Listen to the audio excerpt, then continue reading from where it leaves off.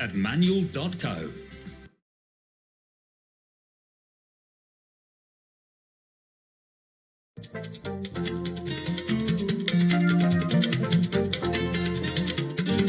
See rain on the mix. Ọmọ Yorùbá ẹ ronú àti sọ́kà bó ti pẹ́. Ọmọ Yorùbá ẹ ronú àti sọ́kà bó ti pẹ́. Àsìkò tẹ̀wá tí tó bá fọwọ́sowọ́pọ̀ ṣẹ̀gbọ́n. Àsìkò tẹ̀wá tí tó bá fọwọ́sowọ́pọ̀ ṣẹ̀gbọ́n. Tọ́rọ̀ ọ̀rọ̀ tá a bá dìjọ o, ikú ló ń mú. Àsìkò tí tó tẹ̀wé tàgbàtà máa ń dàgbà. Lọ́wọ́ àwọn amúnisìn o. Wọ́n ní sí mọ́tò abáfẹ́mọdé. Ọmọ pẹ̀lú jẹ́bẹ̀ lórí àdúgbò ìdílé. Ọ̀rọ̀ Yorùbá ó gbọ́gbọ́ kan nílò inú. Gbogbo Yorùbá tó bá ń gbọ́ mi lórílẹ̀ ayé pátá. Igi gbogbo má kún mi lójú bó ṣe máa ń wí. Àtòkèrè ló yẹ kí olójú ìtìlọ̀ fáráyé. Láti kékeré láti pẹ̀ka ìrókò tó bá yá. Ìbá ti dàgbà ó dájú pé pa òye ká. Ọmọ Yorùbá ṣẹ̀ ń gbọ́ mi àbí kì í dákẹ́jẹ́. Má sọ̀rọ̀ lọ àbáfẹ́ àbígbóhùn àgbòho. Ọmọ Yorùbá ṣẹ̀ ń gbọ́ mi àbí kì í dákẹ́jẹ́. Má sọ̀rọ̀ lọ àbáfẹ́ àbígbóhùn àgbòho. Kí ló dé táwọn Yorùbá fi ìyà jẹ wá? Ọmọ òpè tí mo fẹ́ forin fọ́gbà yọ̀ǹda wáráyé. Ìṣọ̀kan tí mo lára ọmọ Yorùbá kí ló dé? Àmúfun ẹ̀rù ẹ̀wọ̀ ẹ̀jẹ̀ káwọ́ sàǹdẹ̀ wọn. Ìwọ̀n ọ̀dàlẹ̀ yìí ti ń pọ̀ jù ó yẹ kí ẹ jáwọ́.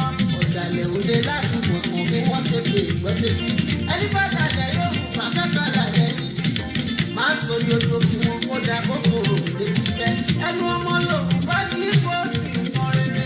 Pẹ̀tẹ̀pẹ̀tẹ̀ tí mo bá na yé papà ẹni tó bá bá bóyá kíákíá kó lọ tòun ṣe. Torí pé ọ̀rọ̀ ṣì ń bọ̀ ó lọ́jọ́ iwájú. Ọmọ Yorùbá ṣe jáde àbí fi tẹ̀síwájú. Máa sọ̀rọ̀ lọ́wọ́ àbábẹ́ àyíkò àgbogbo. Ọmọ Yorùbá ṣe jáde àbí fi tẹ̀síwájú. Máa sọ̀rọ̀ lọ́wọ́ àbábẹ́ àyíkò àgbogbo. Ọmọ mẹ́ta ni mo mọ̀ tó ń da Yorùbá rú. Wíní Símọ̀tù Abíọ́lá ẹ̀jẹ̀ tètè orí sọ. Ẹ̀sìn àjèjì pẹ̀lú ṣèlú àti fẹ́ máa gbà fúnra wa. Òjò ní èdè òjò ẹni Yorùbá ń bá ká.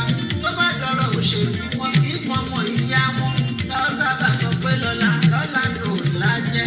Ọmọ Yorùbá lọ̀dàlẹ̀ tó dàlẹ̀ ara wọn. Ẹ̀sìn àjèjì òjò jẹ́ kẹ́nu wọn lè kó rárá mọ́. Mùsùlùmí pẹ̀lú ẹlẹ́sìn Kírísítẹ́nì ẹ̀ súnmọ́ bí. Ẹ̀sìn ò sọ pé ká gbàgbé orísun èèyàn wa. Jẹ́ kí n máa sọ̀rọ̀ lọ àbí kí n dákẹ́ jẹ́. Máa sọ̀rọ̀ lọ àbájá àdìgbò àgbogbo. Jẹ́ kí n máa sọ̀rọ̀ lọ ní àbí kí n dákẹ́ fẹ́. Máa sọ̀rọ̀ lọ àbájá àdìgbò àgbogbo. Ó ti yá alágbogbo kí n gbọ́ àgbogbo ìkìlọ̀ ní. Ẹ má lè gbọ́ bá a ṣe fọ́n rere. Alájà Símọ̀tù Abíọ́lá. Paramount kìlọ̀ fún àkànní ní gbogbo US pátápátá. Ló sọ pé alágbogbo kí n gbọ́ àgbogbo ìkìlọ̀ ní. Ẹ má lè gbọ́ bá a ṣe fọ́n rere. Gbogbo ọmọ Yorùbá ìyá ń jẹ àwọn ọmọ tẹ́ ẹ bí. Ìyá ń jẹ àwọn ọmọ tẹ́ ẹ fẹ́.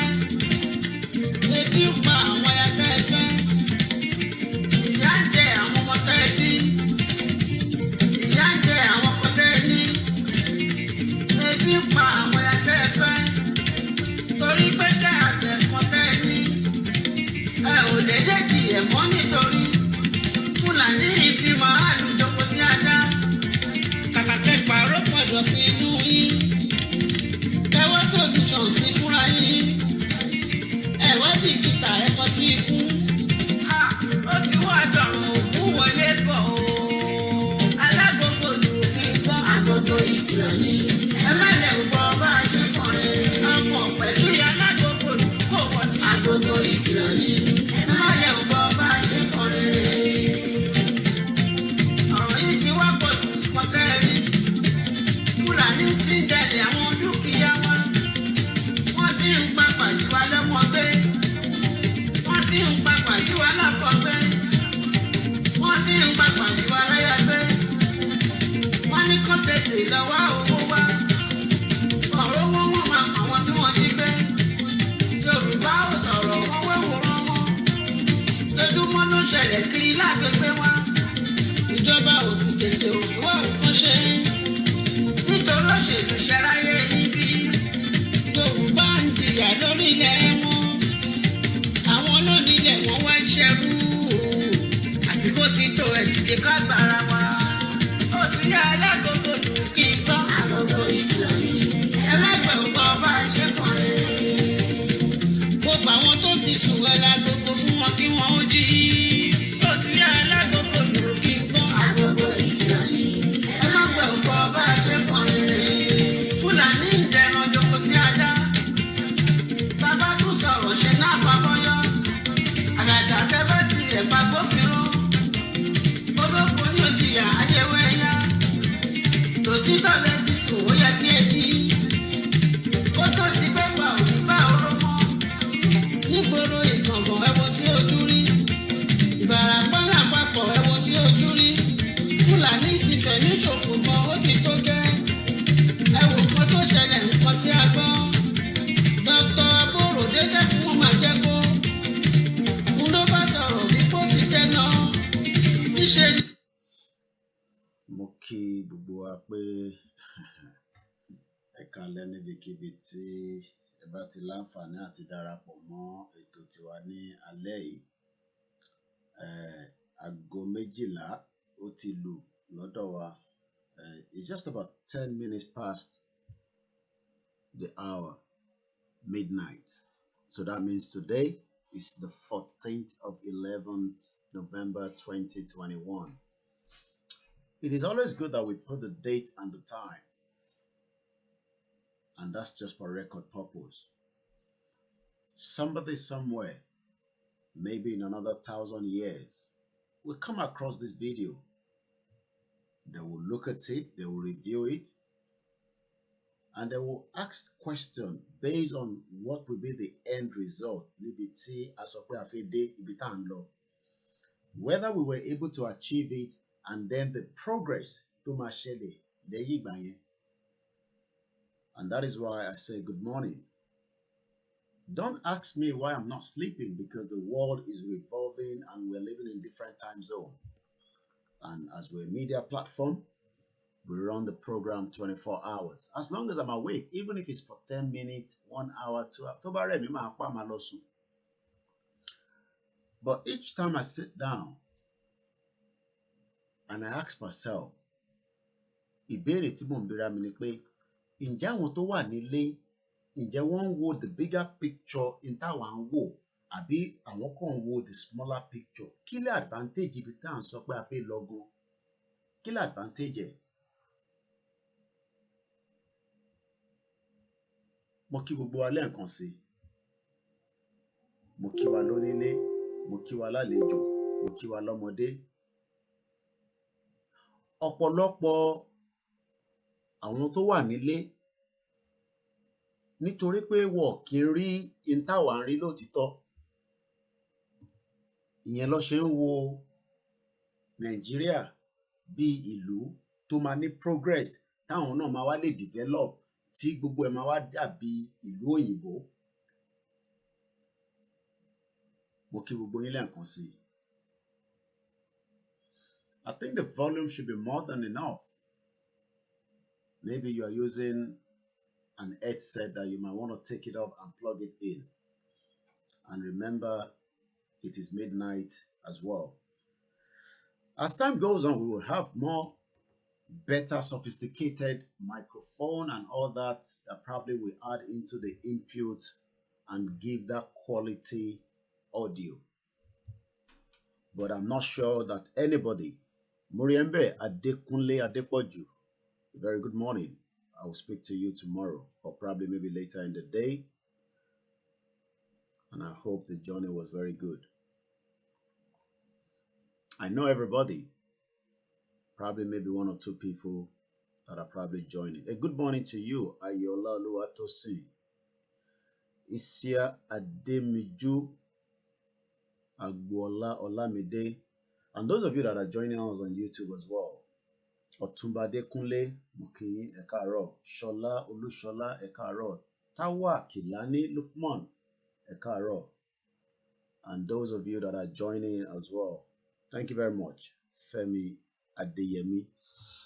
Gbogbo yín ti mọ orúkọ mi, Ọláyọmí Kóìkì, tí gbogbo wa mọ̀ sí KOIKIMEDIA. A dúpẹ́ lọ́wọ́ gbogbo àwọn tí wọ́n jáde ní ìlú Ìbàdàn lánàá, ó ti dàná nísìnyí, fún ìwọ́de fún bàbá wa Chief Sunday Adéyẹmọ tí gbogbo wa mọ̀ sí Ìgbòho ìmọ́lẹ̀ Yorùbá. Ayọ̀míkún Dámíjù, good morning my brother. Mo kí yín, ẹ̀yin t'Amẹ́ríkà, ẹ̀yin wà lọ́wọ́ ọ̀rọ̀lẹ́. A kí wọn ní Canada, a kí wọn nílẹ̀ káàárọ̀ òjíire ní tibi tí gbogbo ẹ ti ṣókùnkùn báyìí, bá ṣe ń sọ̀rọ̀ báyìí, gbogbo ilẹ̀ Yorùbá pátá, they are living in darkness. Kódà àwọn tó ń gbé ní Victoria Island, Banana Island, darkness náà ni. Inú ilé tiẹ̀ nìkan ló ti níná, tó bá ti jáde kúrò nínú ilé tiẹ̀ tó náà ń lọ síbòmíì, gbogbo ẹ máa ṣókùnkùn ni. Nàìjíríà ni wọ́n ti ń fi diesel, wọ́n fi ń run generator tó ń tan street light. Momo, I know that, Adekunle. I didn't want to go into too much details. I know that already. I'll speak to you maybe tomorrow morning. Mo kí gbogbo àwọn ọba wa, mo kí àwọn baálẹ̀, mo kí gbogbo ìjọ kọ̀ọ̀kan, mo kí White Garment, mo kí Pentecost, mo kí Redeem, mo kí gbogbo èèyàn alásàlátù, mo kí gbogbo mọ́ṣáláṣí, mo kí àwọn àfáà, mo kí àwọn aláàjì, mo kí àwọn alájà, mo kí àwọn tí wọ́n tẹ̀ believe in anything, but wọ́n kàn mọ̀ pé Elédùmarè ó dá wa. Mo kí gbogbo èèyàn oníṣẹ̀ṣe wa, good morning Samuel. Bí èèyàn bá ń wo Nàìjíríà, ìbànújẹ́ dẹ̀ máa dé báyàn lójoojúmọ́ based on in táwa ń rí àti tí mò ń wò in terms of development. That's where I want to discuss tonight. Ask yourself, ẹ béèrè lọ́wọ́ ara yín, lọ́kàn ara yín, gbogbo àwọn tó pera wọn ní politician, what has been the mega project tó ṣe ní Nàìjíríà that tó lè tọwọ́ kàn pé mega project lélẹ̀, and that mega project is also giving money back to the country. Ǹjẹ́ a ní mega project kankan that has been built in the last 30 years, 40 years, or probably maybe in the last 20 years of dispensation? Mo kí gbogbo wa lẹ́ẹ̀kan sí, bí ṣe ń kọ́mọdé bẹ́ẹ̀ ni mò ń kí àgbàlagbà. Mo kí ẹ̀yin ìyá wa, mo kí ẹ̀yin bàbá wa, mo kí gbogbo ẹ̀yin olólùfẹ́ wa. I say good morning and welcome to the program. It's KOIKIMEDIA. Our job is to bring it closer to your doorstep, bringing the world. Ẹlòmíà ní world, àìtí gbogbo yẹn dé, world la ṣe ń kọ́kọ́ mú wá. Mo kí yín bẹ́ẹ̀, ọmọ Ayọ̀ Ọládìgbòlú. Tọ̀wọ̀tọ̀wọ̀ ni mo fi ń dárúkọ gbogbo ẹ̀yin tí mò ń pè. Mo kí àwọn ọmọ mi wa kan pè mí, wọ́n tẹ rò pé tó yẹn láìfù ni láti Nàìjíríà, àwọn ìyá lálùbáríkà. Wọ́n ní mo fẹ́ dá sétò ni, mo ní àmọ́ mi sí ní láìfù. Bí a tó bá ń gbọ́ mi tó bá ti sùn, bí a wọ́n sì lè pè lálẹ́ yìí, a máa ṣojú òpó láìpẹ́. Ìyàwó yẹn wá pè mí, àwọn ní ètò tẹ́ ṣe tẹ́ ń sọ̀rọ̀ nípa ojú ni mo ní kèmí náà dá sí ni. Mo ní mọ́mì, mo ní program yẹn ó ti fẹ́ tó bí ọjọ́ mélòó kan, èyí ṣe rí ni. But she spoke with me for about almost 5 minutes and she was giving me her experience again, as so many people have different experience. Lórí ọ̀rọ̀ pé a fẹ́ lọ ṣojú, ojú àṣojú. Wọ́n ló kù díẹ̀ ọ̀bá fáwọn olójú tán pátápátá. But àwọn dúpẹ́ lọ́wọ́ Elédùmarè. Wọ́n dúpẹ́ lọ́wọ́ wa. Wọ́n dúpẹ́ lọ́wọ́ gbogbo àwa tí à ń la àwọn èèyàn lóye nílé láti jẹ́ kó mọ̀ pé ayé ìyà náà ń jẹ. Lẹ́ẹ̀kan sí, a dúpẹ́ lọ́wọ́ gbogbo ẹni tó jáde pátápátá lánàá àtàwọn tó organize ẹ̀. Látọmọdé títí dágbàlagbà, a kí bàbá wa Alhaji Emir àṣìkún, a kí bàbá wa Alhaji Yusuf, a kí Omíyalé, a kí bàbá Èkìtì, a kí gbogbo àwọn tó darapọ̀ mọ́ wọn, a kí gbogbo àwọn ọkùnrin, obìnrin, àwọn ìyá, ọmọdé, àgbàlagbà, àtàwọn tó ń lọ lórí títì tọ́tẹ̀ rí aṣọ pé Ìgbòho ni mí, inú wọn dùn sí nítorí pé ọ̀pọ̀lọpọ̀ ti ń dúró dè látijọ́ yìí. Gbogbo wa náà la rí gbogbo ohun tó lọ nínú Ìbàdàn lánàá. Mo rí yín bẹ́ẹ̀, Ayọ̀ọ́lá Olúwatósìn, màmá wa ẹ káalẹ́, ẹ káàárọ̀, ẹ kúrọ̀lẹ́, ìyá wa Wùnmí Olúkọ̀yà. Mo kí àwọn tó wà ní Australia, àwọn yẹn ti jí, ilẹ̀ ti mọ́ báyìí lọ Australia, wọ́n ti wà lọ́wọ́ àárọ̀ nìkan bí 8 o'clock. Mo kí wọn ní New Zealand, mo kí wọn ní Japan, mo kí wọn ní South Korea, a kí wọn ní China. Mo kí gbogbo ẹ̀yin tẹ́ wà ní Amẹ́ríkà. Mo kẹ́yin tí ẹ wà nílé nínú òkùnkùn. Àbèsì Ọlọ́run. Níbi tí láyé dé báyìí, káwọn kan sì wà nínú òkùnkùn, báwo la ṣe fẹ́ wá rí mega project? Ìbéèrè ni mò ń béèrè, ẹ wo tọ́pìkì tálẹ́ yìí, ẹ bá mi dá sí. Ǹjẹ́ a ní mega project kankan tó ti ṣe sí Nàìjíríà in the last 40 years tó ń mówó wọlé, tó dẹ̀ ń create iṣẹ́ àti opportunity fáwọn aráàlú òyìnbó tó ń ṣàwárà wa o? Èmi àti ẹ̀ta kan ń lọ holiday. Mo rí yín bẹ́ẹ̀, bàbá wa Olóyèdé. Mo kí gbogbo ẹ̀yin tí ẹ wà ní gbogbo Agége, mo kí ẹ̀yin tẹ́ wà lÉkìtì, lóǹdó, lọ́ṣun. Mo kí ẹ̀yin ṣe rí àwọn tẹ́ ń pè ní politician yín, àwọn kò mi kan pè mí lánàá, lára àwọn senator yín, wọn ni wọ́n wá sí Amẹ́ríkà. Ẹ fún wa lọ́mọ ni, ẹ fún wa láwọn ọmọ, àkóso ọmọ ní àdúgbò yín ni.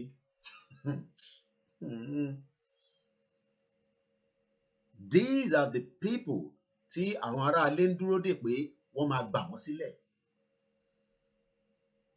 These are the people táwọn aráalé ń rò pé wọ́n máa create the enabling environment fún wọn.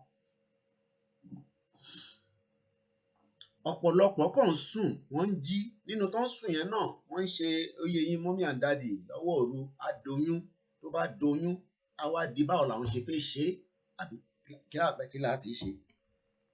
Ṣáà ní kí àwọn tó bá ti bàlágà kọ́ ló máa ń sọ, àbí èdè yẹn. Ẹ ṣé gan ni bàbá wa Dayọ̀ Owólabí. Mi ò bá ti ṣé mo pronounce ẹ̀ dáadáa ṣá, mi ò bá ti bàlágà tó tọkùnrin ṣe, tó obìnrin ṣe, tó di pé wọ́n jọ wà nínú yàrá, wọ́n jọ ń sùn lójoojúmọ́ lálẹ́, wọ́n sún mọ́ra wọn, àbí tọ́lọ́run bá wá tó mí sínú ẹ̀. Sheikh Imam, mo kí yín, mo kí gbogbo àwọn ọmọ káàárọ̀ òjíire tó wà ní northern part of the country. Ẹ kú sùúrù, ẹ kú àfaradà. I greet all our Biafra brothers and every one of them. They must free Mazi Nnamdi Kanu. And they must free everybody being held in the DSS custody. Even Omoyele Sowore must be free. Everyone. We are not in a military dictator, and we will continue to tell the government that. Bíyàn bá dàlágà, wọ́n bá ń súnmọ́ra wọn, tó di pé Ọlọ́run fi ẹ̀mí sínú bẹ̀, tó di oyún, ó wá kú bó ṣe fẹ́ tọ́jú oyún yẹn. Have you not thought about it? That people are suffering, but they are still producing in Nigeria. It doesn't matter. In times of crisis, people are still, even in war, people are giving birth. Mo rí yín bẹ́ẹ̀, ìyá wa Sophie Bọ́láńlé. Àwọn ọmọ yunifásitì tó lọ ṣe engineering, tó jẹ́ kí mega project wà, ká máa kó wọn síbẹ̀, tó máa ṣiṣẹ́, táwọn míì máa gba work permit. Báwo a ṣe ń gba work permit? Àwọn ọmọ Nàìjíríà ń pariwo ní Dubai nísìnyí pé wọ́n fún wa ní work permit. They are not giving us work permit. We are Nigerians. Nigerians left Nigeria and go and be doing construction work, not engineering work. You know what I mean? Labourer. But at least they are comfortable. Imagine a degree holder, an engineer, left Nigeria and go and do labourer in UAE, in Qatar. An educated woman left Nigeria, went to Baghdad, and they're doing housemaid. They can do the same housemaid if Nigeria had the enabling environment. Àwa ará àwọn imam wọ ọ̀rọ̀ òtítọ́ sọ mọ́ pé ìyà là ń jẹ. Ará àwọn pastor ẹ̀rọ òtítọ́ sọ mọ́ pé ìyà ni wọ́n ń jẹ. For 61 years, I want anybody to tell me what has been a mega project in Nigeria that is also creating the income, revenue, creating job for the people, and also allowing foreigners, not me and you, that is going on in Christmas. I'm talking about foreigners coming to Nigeria to pay a visit to look at that project. Because I have some projects I want to show you that they are creating around the world. Àwọn gigantic project tí wọn náà wàá wò báyìí ìníṣẹ́ ìwò tán ni. But mo fẹ́ lọ sùn tẹ́lẹ̀ but nígbà tí mo wo kinní yẹn tán mo ní na kó tẹ̀ jẹ́ fún 1 hour ni kí tẹ̀ because tí bá gbé lọ sùn bẹ́ẹ̀ yẹn ó lè bà mí nú jẹ́. So better kí n jáde kí n express bí mind mi ṣe rí pẹ̀lú tí mo tún rí lálẹ́. I'm watching it for the first time. There are so many of it like that. Nígbà mi tí bá kọ̀ jókòó máa kọ̀ lọ. You know, when I'm in my lesser time, I go around. What is going on around the world? What project are they doing? What military installation is happening around the world? You know, ìmọ̀wò kan náà lọ́sàn-án yìí. Àwọn yẹn gbogbo nǹkan tó ń pè ní spy,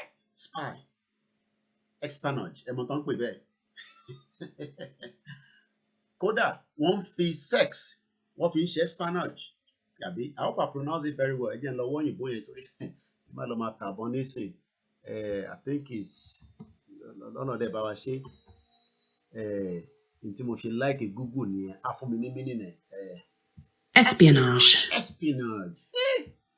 Ẹ pé bí mi ṣe pé yàtọ̀. Espionage kí ló ń pè bẹ́ẹ̀? I was watching something on Netflix, a series. Àwọn Russia àwọn lọ gúdù jù nínú ẹ̀. America náà gúdù. Tàbádẹ́ ń sọ fún ẹ̀yin tẹ́ wà nílé ẹ jókòó sínú WhatsApp group. Ẹlòmíì nísìn ó jẹ́ kẹ́ máa wá bẹ ṣe fẹ́ infiltrate oríṣiríṣi area tó máa wúlò fún wa. Kódà ẹ̀yin tẹ́ bá jẹ́ obìnrin ẹ lo influence yín kẹ́ wọnú system yẹn kẹ́ penetrate kẹ́ mú information yẹn kẹ́ fáwa àfi kẹ́ wà lórí group. Ìtó kàn wá àti ìtó kàn wá ọkàn mọ junks every day inside the WhatsApp group. Junks upon dump person copy and paste. Over 10,000 messages. Ìyọ̀kọ́ tẹ̀ ń bá mi jà. I sent you a message, you didn't reply me. As I speak right now, 5,440 unread messages. There is no information there that tell me that something that is going to be useful in terms of what we call, pronounce the new espionage. We are not even doing that. And I want an opportunity. But what ṣe ń dúró kí Koiki kó sọ fún wọn pé I need information. Ojoojúmọ́ là ń sọ fún yín pé I need information. Ẹ fún wa ní information tá lè fi bring Nigeria down ASAP. Ẹ lo influence ibi tẹ́ bá wà. Ẹ connect. Tó bá jẹ́ obìnrin àní wọ́n fi sex. Wọ́n fi ń gba information. Àwọn Russia mọ̀ ọ́n pẹ̀ bàjẹ́. Because people are not. Ẹlòmíì kan waste time on WhatsApp group. Ó jẹ́ by now àná lọ́gbọ́n lórí. Kí la wá fi ṣe ẹ̀gbọ́n yẹn la fi ìjọ la fi fọgbọ́n yẹn la fi kúrò nínú Nàìjíríà. Miko Aro, a very good morning. Mo kí gbogbo wa. Béèyàn bá obìnrin sùn tẹ́ ń kanra yín lójoojúmọ́ tó bá doyún hospital wo lẹ fẹ́ lọ? Hospital wo lẹ fẹ́ lọ? Primary health care wo lẹ fẹ́ gbé lọ? Pé ẹtẹ bá mi yẹ̀wò mo gbọ́ máyì tí máyégún ṣe tó ní ìjẹta kan nàbí ìjẹrin nọ́ọ̀sì ni o kò tí check body obìnrin yẹn o ti lóyún kò fi kó tẹ̀ test ẹ̀. Nothing is working. I am asking this morning, tell me one mega project that has been constructed in Nigeria that is also creating revenue and jobs for Nigerians. Mo wà lórí Rino, ẹ ṣáà mọ̀ girl yẹn, Rino on Twitter. I go around all the time. I do different things, especially, you know, so that I can have something to discuss and talk about. Let's see if we can go through it together.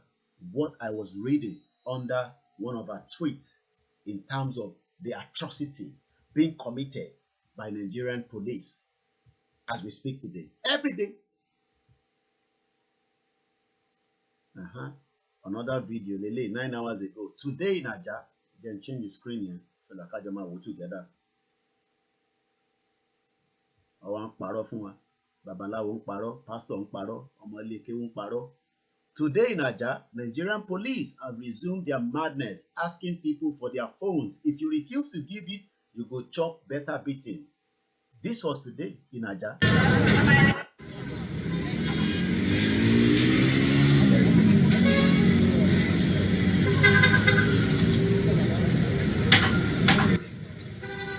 This is today in Aja, where police in 21st century is asking people for their mobile phone. There's something that I read in one of the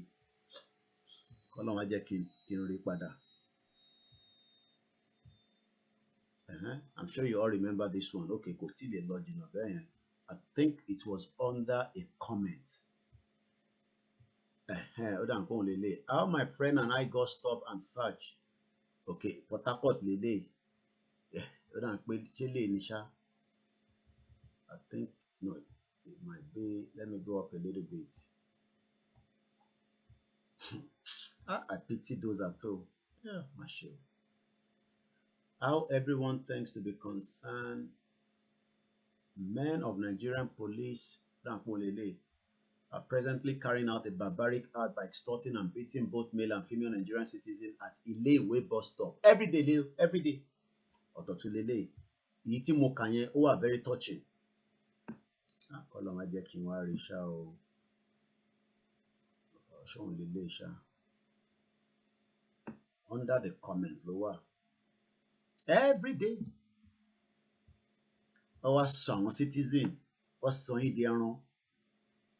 Àwọn yìí náà ló máa wá sọ pé which Yoruba nation are you talking about? I just laugh. Èmi ò kúkú gbé Nàìjíríà. Kọ́lọ́pàá bíbá kó tó lè harass mi, á jẹ́ pé nǹkan mi ti wọ̀ nìyẹn. Ẹ má bínú, mo ń try láti wá kò tí ì dé stage yìí because it's a new under a comment ni. Mary, I'll say it. It was under. It's quite. It's quite worth reading it if I can find it. If I can find it. Every day, Nigerians youth are being harassed. Àwọn youth to come and create a mega project. They've locked their potentials. And that means the chances of them now going to Dubai and become laborer. And if they have a good job or probably get into another country that has human rights and they have a good qualification, after a couple of years of probably laborer work, they become a doctor. They become an engineer. No matter I read that particular one. What extort any yẹn tó ń ṣe kékeré? A friend of mine is being harassed by a police officer named OK Obatan, asking him for CMR documents. Someone who carried just his laptop and food in his personal car. He has been taken to division headquarters, Oshodi. The officer is asking for 30,000. Every day wahala. Anyway, tabari, come on, waste time. And if I find it, I think it's under a particular comment. Then we comment a little more. Mo kà báyìí, mo ń bá wọn kẹ́dùn èmi tí mo gbé Nàìjíríà. I pity all these youths. I pity them. Ìyà tó ń fi wọ́n jẹ no be small rárá. How do you develop them? Even if they are committing crime, do it the proper way to make sure that they are punished. But people like Minor, let's just leave it because if not, it might take my time. Tibaderi again, I will come back to it. My question tonight is, look at the topic tonight. Temitope Daniel, good morning. Mokimbe Yawa Folake. Mokin Yawa Titilayo. Àwọn táwa ń lo òyìnbó àmọ́ ayé tá ń jẹ. Tí bá jáde lálẹ́ nísìn, tó bá yẹ pé mo ní mọ́tò, bọ̀ tí bá yẹ pé mọ́tò mi ṣì wà, tí mo gbé mọ́tò tí mo start ẹ̀, pé mo kọ̀ bí mo fẹ́ lọ kí wà látà àbí mo kọ̀ fẹ́ sáré lọ bìkan. Ọlọ́pàá tó fẹ́ rán ọlọ́pàá dá mi dúró, òun á ti kọ́kọ́ check inú system pé ṣé mọ́tò tó ń lọ yẹn, ṣó ní road tax, ṣó ní driver license. And if everything is clean, they'll just drive off. If they have any reason to stop me, well, bí ọlọ́pàá náà dá, ó ní kí n unlock fóònù mi. Ọlọ́pàá tó máa ní kí n unlock fóònù mi, àkọ́kọ́ jọ dé court. But kò ń ṣe lórí títì ló ti máa ní kí n unlock iPhone mi. Okay, unlock your phone. Èyí tí mo fẹ́ sọ yẹn, wọ́n ní unlock your phone. Ẹni yẹn tún ṣàlàyé fún wọn pé iṣẹ́ tóun ń ṣe báyìí ni, they were not interested. And this is the life that people are good. Even àwọn tó jẹ́ elite, ìyàtọ̀ tó kọ̀ máa wà ń bẹ̀ ni pé àwọn elite wọn ní Nàìjíríà, àwọn náà máa ń ní ọlọ́pàá tó máa ń gbé jáde. Ọlọ́pàá dẹ̀ dára wọn mọ̀. Ṣé rí gbogbo àwọn tó máa ń lo escort mopo, tí mopo bá wà níwájú mọ́tò, wọ́n bí ọlọ́pàá kò dá dúró. So ibi táwọn èèyàn fi ọba dẹ̀ ti ń lọ rin ọ̀gá give us something. Ìyẹn náà dẹ̀ ti mọ̀ akọ̀ wind down àbí kó ti mú fún driver. Tó bá ti ń dé point yẹn, wọ́n á kọ̀ nà sí ọlọ́pàá. Bàbá bó bá ń gbé cocaine lọ wọ́n ní search mọ́tò ẹ̀. Borí èèyàn bá wà lẹ́yìn boot wọ́n ní search ẹ̀. But ìwọ ẹni yẹn tẹ wà nínú boat ni, ó dà ń pé lára wọn bí ó dà pé boat is another kind of Uber system driver tó bá ń lò Nàìjíríà boat. Ẹni tó wà nínú boat kò gbáwó, wọ́n lé yẹn lọ dànù. Ẹni tó wà passenger wọ́n ti gbé yẹn sínú black van, wọ́n ti rú lọ sí station níkẹjà. And he spent the whole night and they were able to negotiate 50,000 naira off the person. Nígbà tó wá fẹ́ máa lọ, ó wá ní ọlọ́pàá yẹn wá ń rẹ́rìn sóhun pé, you know say we go chop now. So they know that what they are doing is wrong. And this is Nigeria. And we are now telling you that there's another option, that everybody should just bring this country down and let us now build a mega city.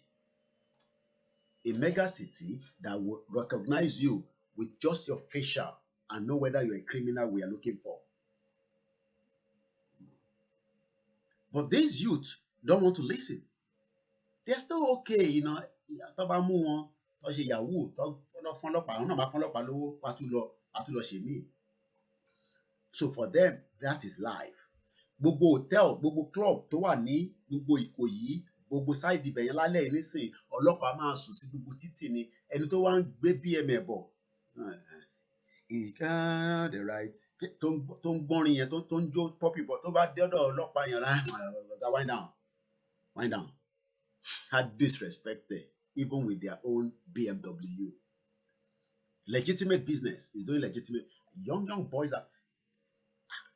Àwọn ọmọ mi máa ń wọ àwọn program tó bá ń wọ̀ nígbà mi máa kó máa bèrè pé ṣé I was watching a particular one, wọ́n pè ní Mr. Beast. He was giving $40,000 lórí program ẹ̀ tó ń ṣe lórí YouTube. You won't believe me, right? Okay, let me just show you. The guy name is Mr. Beast. I'm sure those that are familiar with some of these, I've talked about them before, but mo tún ṣe tu really ni wọ́n pè ní Mr. Beast. Ó fúnyàn ní Lamborghini. He has 74. I'm gonna spend the next 50. He has 74.7 million followers. Bẹ́ẹ̀ lè bá wà Nàìjíríà, what is it àkọ́tí pa? Nítorí ọlọ́pàá yẹn máa pa ṣáá ni, just to extort him. That is the guy there. He's called Mr. Beast. All his money, which I believe he's making, is from YouTube. He's got 74.7 million followers. In this particular episode, which I was watching today as well, I want to open it properly. This particular episode. Some products. Advert for YouTube, no, kò ṣá sanwó kó má máa rí advert. This particular advert He gave away this brand new Lamborghini. Brand new Lamborghini. He gave it away. Last to take hand off Lamborghini keeps it. He gave somebody $40,000. He gave somebody $10,000. He gave somebody $30,000 cash. You might not believe it, but let's just push it a little bit. The last person that keeps his hand on the vehicle wins the Lamborghini. Let's watch it from here. I don't have the copyright to the video. I want to get as much rest as possible because I have a funny feeling this will get more difficult. Me and Nolan have pretended to be asleep in this Lamborghini for like an hour. $1,000 in cash. I actually meant to lift the front trunk. Are you kidding me? And now that only 5 people remain, Chandler raced the Lamborghini. You can race it as high as you want, but that's probably a good spot. You can stop. So the way this program works is the last person tọ́wọ́ ẹ bá wà lára mọ́tò yẹn òun ló máa gba mọ́tò yẹn. Lamborghini, brand new, brand new. Imagine this guy is a Nigerian living in Nigeria doing the same thing like this. Yahoo yahoo ni o. Yahoo yahoo ni o. And I pity those of Bobo innocent about the whole age. If I probably be in his 30s, he has already make his name. He's already had a lot of advertiser, a lot of, I'm sure you understand what I'm talking about. It's intention is what I call innovation, content. Brand new Lamborghini was end up giving away. Because every time someone gets out, we're gonna race the Lambo. Akira, what's going on, buddy? Jimmy, I'm at my breaking point. Think about it. Think about the $1 million challenge. 100 people last leave circle. Jimmy, I'm not cut out for this. I promise you, though. So what am I trying to bring out from this conversation tonight is to continue to tell those of you in Nigeria, all these youths in Nigeria, let us not believe in Nigeria again. It will not solve our problem. It will compound and give you more problem because the politician care less about you. The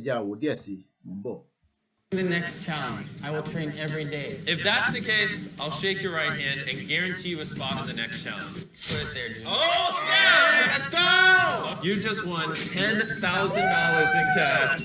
My right arm can't take it. Enough of this $10,000. You need to go train for the next challenge. We now have 4 players left. Chandler, raise it! I give you... Now, let's just forward it a bit towards the end. Now there's about... This is the last... No. And each person that still lost out were taking home something. About $20,000. Do you know what $20,000 is? A converted para Sinera. And Ben Yawa, we have full illiterate, no be illiterate, full Nigerian police, frustrated, rusted brain people, mad country. And that is the country our youth wants to keep. You are keeping Nigeria for the Fulani and the Hausa and their children to continue to use the Yoruba police, Igbo police, and Fulani police to disrespect you. Let's go a little bit into the program again. $1,000 in cash and a brand new Mac. This person is going home. Oh my gosh! As you requested, here is $20,000. He's going home with $20,000 cash. And he's also going home with a brand new Mac notebook. $1,000 in cash and a brand new MacBook. Congratulations. And also congratulations.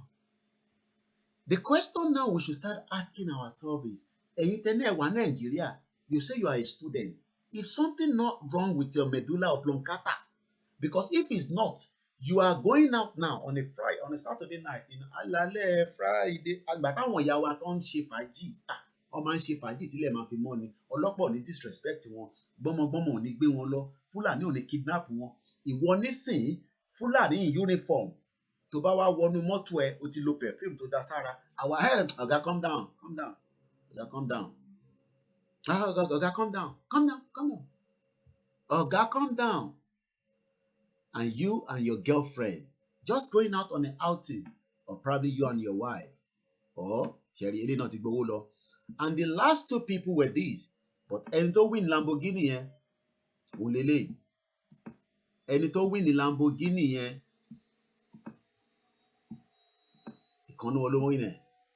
And this person won the Lamborghini. Your arm is fully extended. Your finger has to be hurting. Oh, really? Yeah. Oh, really? I mean, yes, he's getting it on. It doesn't feel great. It's hurting so bad. Your finger's shaking more than I've seen this whole challenge. Second place does get 40 grand, which isn't a $350,000 car, but 40 grand's better They than got nothing. $350,000. Seriously, think about It it. hurts so bad. I love how Phineas is just like, not He's even in no sure. pain, and I'm dying. Just take it off! Oh my goodness. It's only. That's Oh my it. gosh! I didn't know you were Ẹni tó win joking. Lamborghini yẹn, eléyìí ló win Lamborghini. Ah! Eléyìí ló win Lamborghini yẹn. 350,000 worth of car. Yes, you're right. Tim Ola will take a comment to you. Just even look at Elon Musk. The world is changing fast with innovation and creativity, and it is moving fast that that the world might leave. The world might leave Nigeria. They've already left Nigeria behind. Ẹni tó win Lamborghini ẹ̀ lélẹ̀. Ẹni tó win Lamborghini ẹ̀ lélẹ̀. Here is 350,000. $40,000 in cash. Ẹni tó wà behind there, òun gba $40,000. Just imagine. Now, tí bọ̀bọ̀ ìbá ń fáwọn èèyàn ní 350,000 worth of a brand new car and cash. Èló gangan lòun ní l'account. Do you know how much he's making? Ẹ káàárọ̀ ìyàwó Bọ́sẹ̀ Hamza. Mo rí ẹ̀ ń bẹ̀. Ọ̀rẹ́ mi àtàtà Adékúnlé Adépọ̀jù. Ṣé òun gbúrò ìyàwó àtàwọn ọmọ? Mo kí gbogbo ẹ̀yin ará ilé o. Àìtí lọ sínú ibi tá à ń lọ gangan mega project ni mò ń sọ o. Mo kàn tún tún mú ilé wá láti fi engineer ẹ̀yin tẹ́ wà nílé. Nítorí pé bóyá inú ò kí ń bí yín ni bínú ṣe ń bí àwa. Because ó dàgbà tẹ́ pé ẹ̀ ń slow wa down. Àwa fẹ́ gbé mega project tó máa ṣe kàǹkàkàǹkà, project tó máa ṣe kìnkìnkìnkìn, tó máa rinlẹ̀. Èèyàn kan péré ó ń fún èèyàn kan ní $40,000. Ó dẹ̀ gbé brand new Lamborghini worth $350,000. Ó gbé fún èèyàn lọ́fẹ̀ẹ́. Èló gangan lòun ní l'account. Gbélé bá wà Nàìjíríà nísìnyí wá ti pàdánù. Wọ́n ní yahoo ló ń ṣe. Ẹni tó win Lamborghini nìyẹn. And while he's driving his brand new Lamborghini, I want to remind you about the documentary. So, ẹ já padà sí main screen again. I hope you just got the angle ibi tí mo mọ́rọ̀ lọ níbẹ̀ yẹn nísìnyí. Àìtí wọnú ètò gangan. And the question now is, why are you trying to delay us to bring in mega projects that we have seen? Don't pè ní China, àwọn yẹn kàn duplicate ni. Kí ni kàn wọ́n? Bó ṣe ṣe London lélẹ̀, ṣe lè ṣe táwọn engineer bá ti design ẹ̀, tó vet ẹ̀, tó wó dẹ́wà, pump ẹ̀, ẹgbẹ́ síbẹ̀. You will see those mega projects I'm going to show tonight. Your head will go blow. Orí yín máa lọ, ó máa swell up báyìí lálẹ́. Fáwọn tó wà nílé. I'm watching it for the first time as well. Not that I've not seen similar thing, but you know, even tó bá tẹ̀ tí worú ẹ̀rí, tó bá tún rí mi àtẹ̀. Irú àwọn tó jẹ́ engineer nísìn, àwọn ló máa gbádùn ètò yìí. Àwọn tí jókòó báyìí nísìn, wọ́n ti mọ ibi tí mò ń lọ. Because when you talk about mega project, mega ni o. You know what they call mega? Mega project. Àwọn project tó yẹ pé wàá máa wò pé, I want to be involved. Èmi fẹ́ wà involved from the media angle. Kí project yẹn máa bó ṣe ń build the project yẹn ká ti bẹ̀rẹ̀ polówó ẹ̀ sílẹ̀ pé in Yoruba land we have just built they are building a mega project and we are trying to tell you to come and visit. Iṣẹ́ tí media máa ṣe nìyẹn. Àwa náà olúkálùkù máa make owó tiẹ̀. Àwa wá ń sáré yẹn pé kí mega project máa bọ̀. Ẹ̀yin kan wá ń delay wa pé Nàìjíríà lè fẹ́. Ẹ jẹ́ má bú yín lálẹ́ yìí. Ẹ jẹ́ ra fi yín sílẹ̀. Torí tí bá ní kí n bú yín. 61 years, tell me the mega project that is built in Nigeria. Látàárọ̀ ní sí mo ìyàn kọ́kọ́ tí lè comment pé Koiki project báyìí tó dẹ̀ create iṣẹ́ tó dẹ̀ create revenue tí àwọn òyìnbó àtàràtà tó ń ṣàwọn ara wa o. Mo ń lọ fún Nigeria holiday yẹn kọ́ ni mo ń sọ. I'm talking about foreigners coming to pay money to visit it.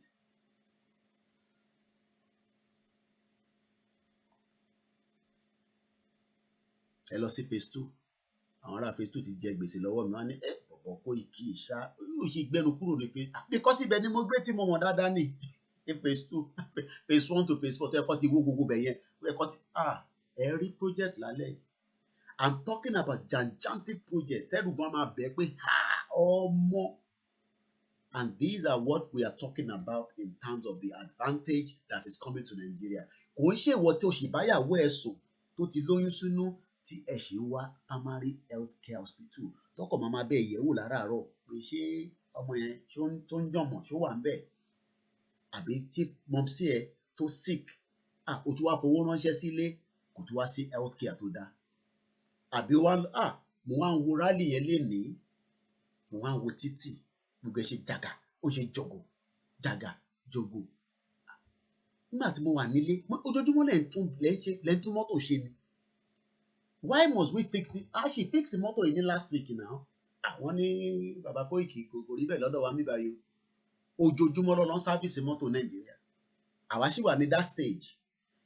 Bílẹ̀ ṣe ṣú nísìn ní gbogbo ilẹ̀ Yorùbá pátá títí délẹ̀ Igbo mo sọ ta Hausa darkness. People are living in darkness as we speak right now. And the Biafra are saying let us go, let us develop. Arewa go and develop.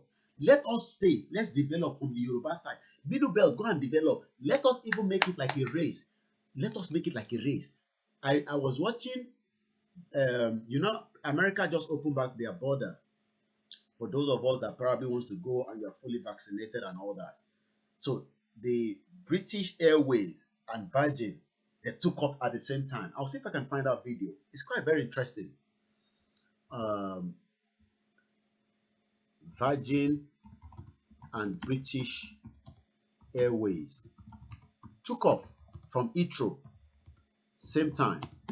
I think it was this week. Same time to US. They took off at the same time. Virgin and British Airways took off same time to US. Historical Doha. Ẹ mọ̀ pé Google ó ní láti ṣe wàhálà púpọ̀. Máa jẹ́ kí àwọn kan máa fún yàn ní ẹ kan fún alẹ́ dìkì ní ìtẹ̀wà ní ẹ̀yin lè jẹ́ ká move forward. Torí pé tó bá gbogbo yín dá sí nǹkan tá à ń sọ yìí ni ó máa ti yá. Òun lélẹ́yìn nísìn. Historical Doha take off from Heathrow Airport celebrate return of US travel. Adekunle ni I am ready for mega project. ASAP electrical aspect. Adekunle o like owó ṣá o ti ń wo angle pé electrical ni wọ́n fi mú níbẹ̀. Ẹ máa bá tá bá fẹ́ mega project iṣẹ́ wo ni wọ́n fẹ́ ṣe níbẹ̀? You can comment it. Let me hear it. Let me read it out. When we talk about mega project in Yoruba nation, which part are you looking for? Ṣé fẹ́ máa tán jẹ́ ń bẹ̀ ni? Ṣé o fẹ́ máa supply nǹkan kan ni? You can also tell me. Adekunle ti sọ ibi tó ń fẹ́. Now, okay, this is the video. Let's go back. Let's rewind it. This was a takeoff from Heathrow Airport. Ṣé ẹ rí plane méjèèjì yẹn? British Airways delay. On the other side is Virgin. Ẹ jẹ́ mute maybe sound it too. So bẹ́ẹ̀ ṣe wo nísìn, they are both taking off simultaneously. Kábíyèsí Ọlọ́run. Yéé. Orí mi tákátáká. Ṣé rí náà? Virgin ló ṣáájú British débẹ̀, but they took off at the same time. Ẹ jẹ́ tún rewind it again. Ẹ jẹ́ rewind it. Can you see it? Both of them are going on two different runways. Virgin ló wà ní the other side. BA ló wà ní bíbáyìí, and they are taking off simultaneously after America opened up their travel space back to those of us in UK. Bàbá rẹ̀ tó bá fẹ́ ní Koiki máa bọ̀ l'Amẹ́ríkà, ẹ bá sponsor mi, màá máa bọ̀ ẹjọ́ àfi ṣeré o. Pé Koiki tẹ̀ máa bọ̀ kájọ ṣe rally, kájọ ṣe gbogbo ẹ̀. Ẹ pè mí, ẹ bá ti ṣe gbogbo necessary things, a máa débẹ̀. Iṣẹ́ tí media máa ń ṣe ni àwọn media láti máa káàkiri ní tá bá rí support. Ẹ donate, ẹ support wa, ẹ support KOIKIMEDIA. There's a lot to do. There's a lot to expose for those at home to see what they are called projects. Now let's go to that project. Thank you very much. Ìyá wa Títílayọ̀. Wọ́n ní kí n máa bọ̀ ní Canada. Ìyá mi tẹ́ bá ti ṣe gbogbo ètò ìgbà mélòó. Kí ni mò ń ṣe ní London? Mo ti dé Canada tán. During the new year. Káṣọ kẹjọ kẹ́pè mí àbí? Tẹ́ bá ti ṣe the necessary thing. Mo ti dé bẹ̀ tán kíákíá. Àní mega project bá dẹ̀ dé Canada kí n máa lọ fi gbogbo àwọn. Ẹ mọ̀ pé yìí busy ìyá wa.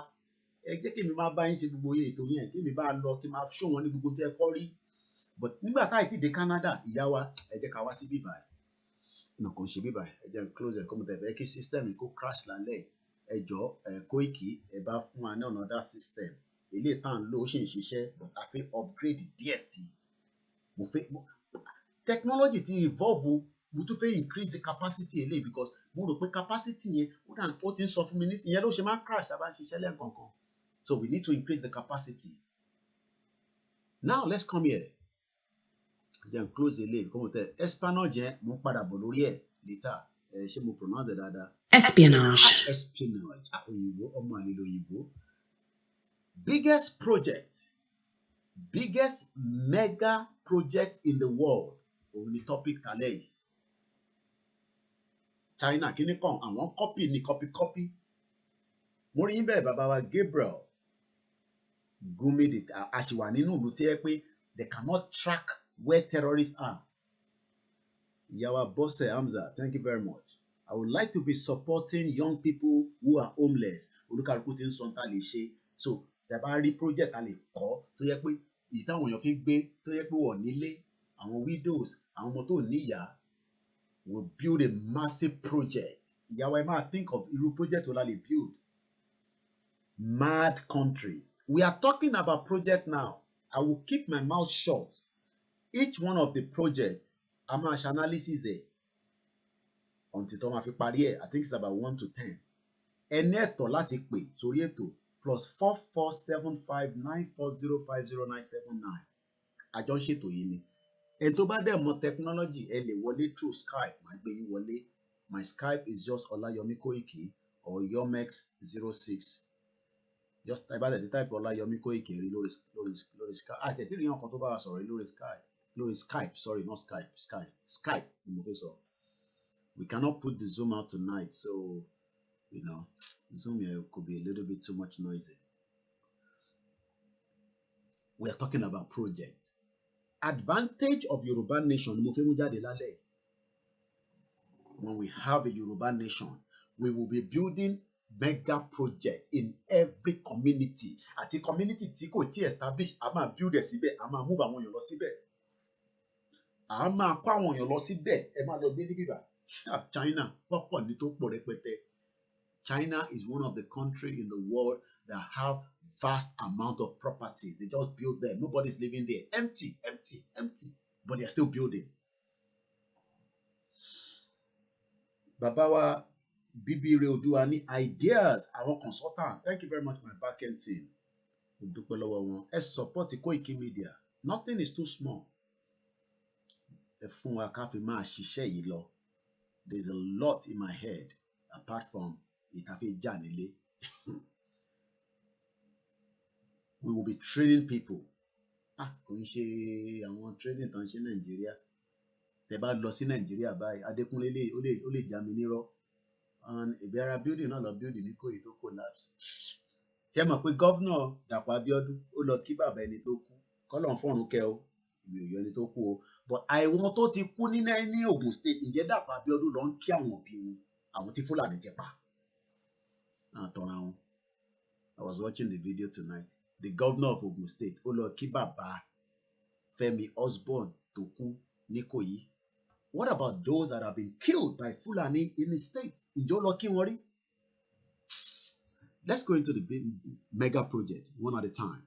Stolen building in the world. Here are 7 of the weirdest mega projects in the world. This video was made possible by Morning Brew.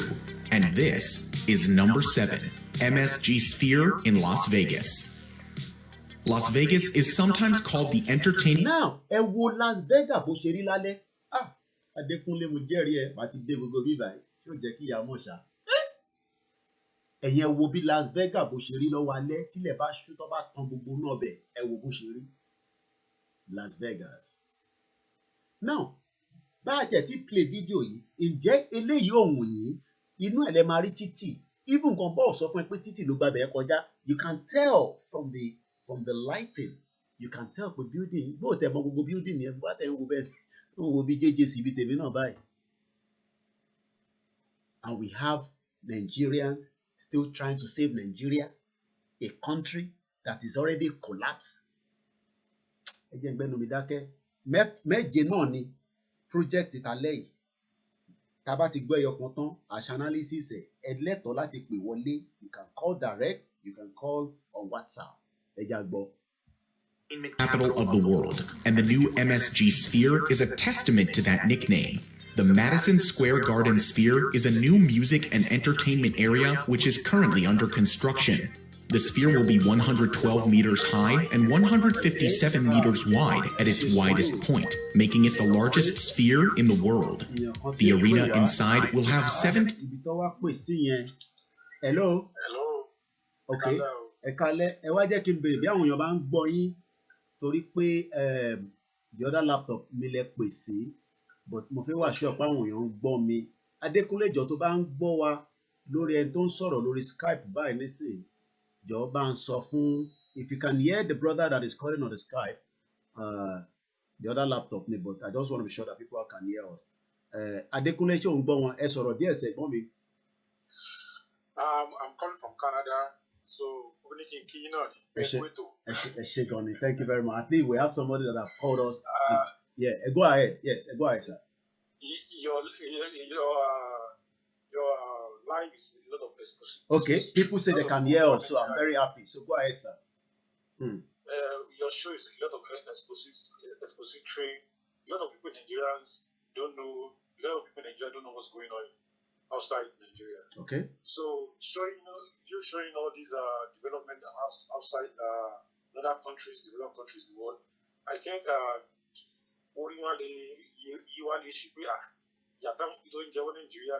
okay. So it's been a good work you've been doing. Thank you very much. I just want to appreciate your efforts. Thank you very much.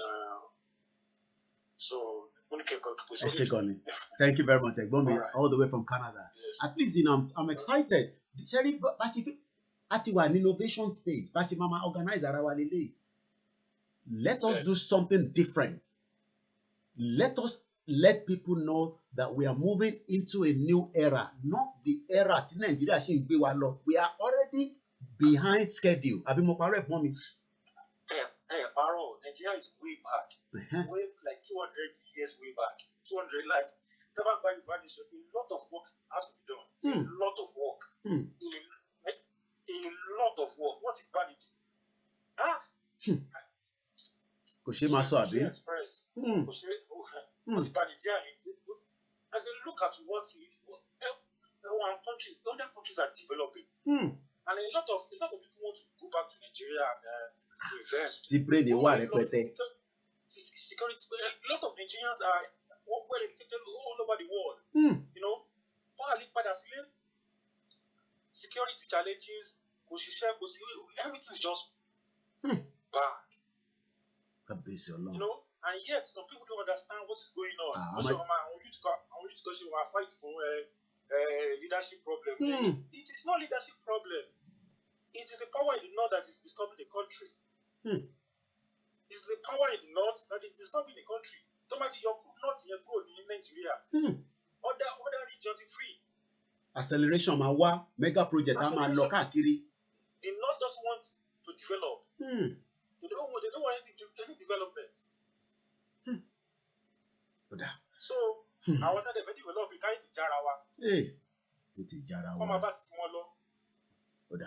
So that's my own advice. Thank you very much. All right, sir. Ẹ jẹ́ máa bẹ́tò ẹni ṣó. Bẹ́ẹ̀ náà bá fẹ́ pè at least inú mi tẹ̀ dùn pé yàn pè wá lórí Skype. I'm so happy. Ẹ ṣé gan ni. Ẹ ti ní nọ́mbà yẹn bẹ́ẹ̀ yẹn. So because sometimes the WhatsApp and the call can be very, very frustrating, especially because of the amount of calls that come through. Let's continue with the first 7 out of the biggest mega project that we are showing you all tonight. sound I really appreciate. 17,500 seats for concerts, shows, and other entertainment experiences. It's meant to be entirely immersive and will use motion, sound, visuals, scent, and temperature to fully engage audience members.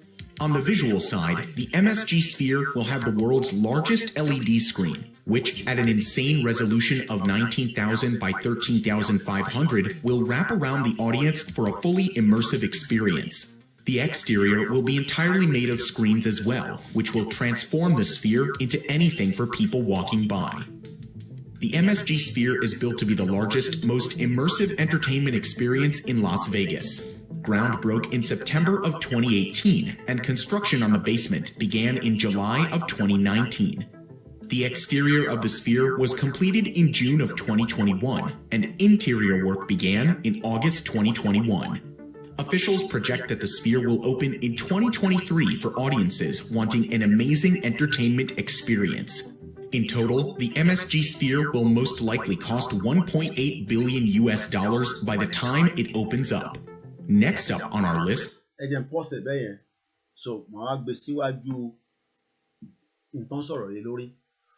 Ta ló lè sọ, from what you've heard, how long was this project, after the consultation and all that, after they've started, how long does it take from when it's going to be opening next year? Tó bá jẹ́ pé ẹ̀ ń follow program, mo lè play padà tẹ́ bá ní Koiki, just play it back ká tuntun gbọ́. Wọlé lẹ́ǹkan. Should we play it back? Can we go that anytime? Àbí ó ti rẹ gbogbo wa ní.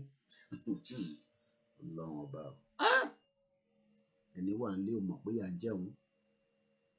Let's just play it back and then I'll keep quiet. Let's play it back.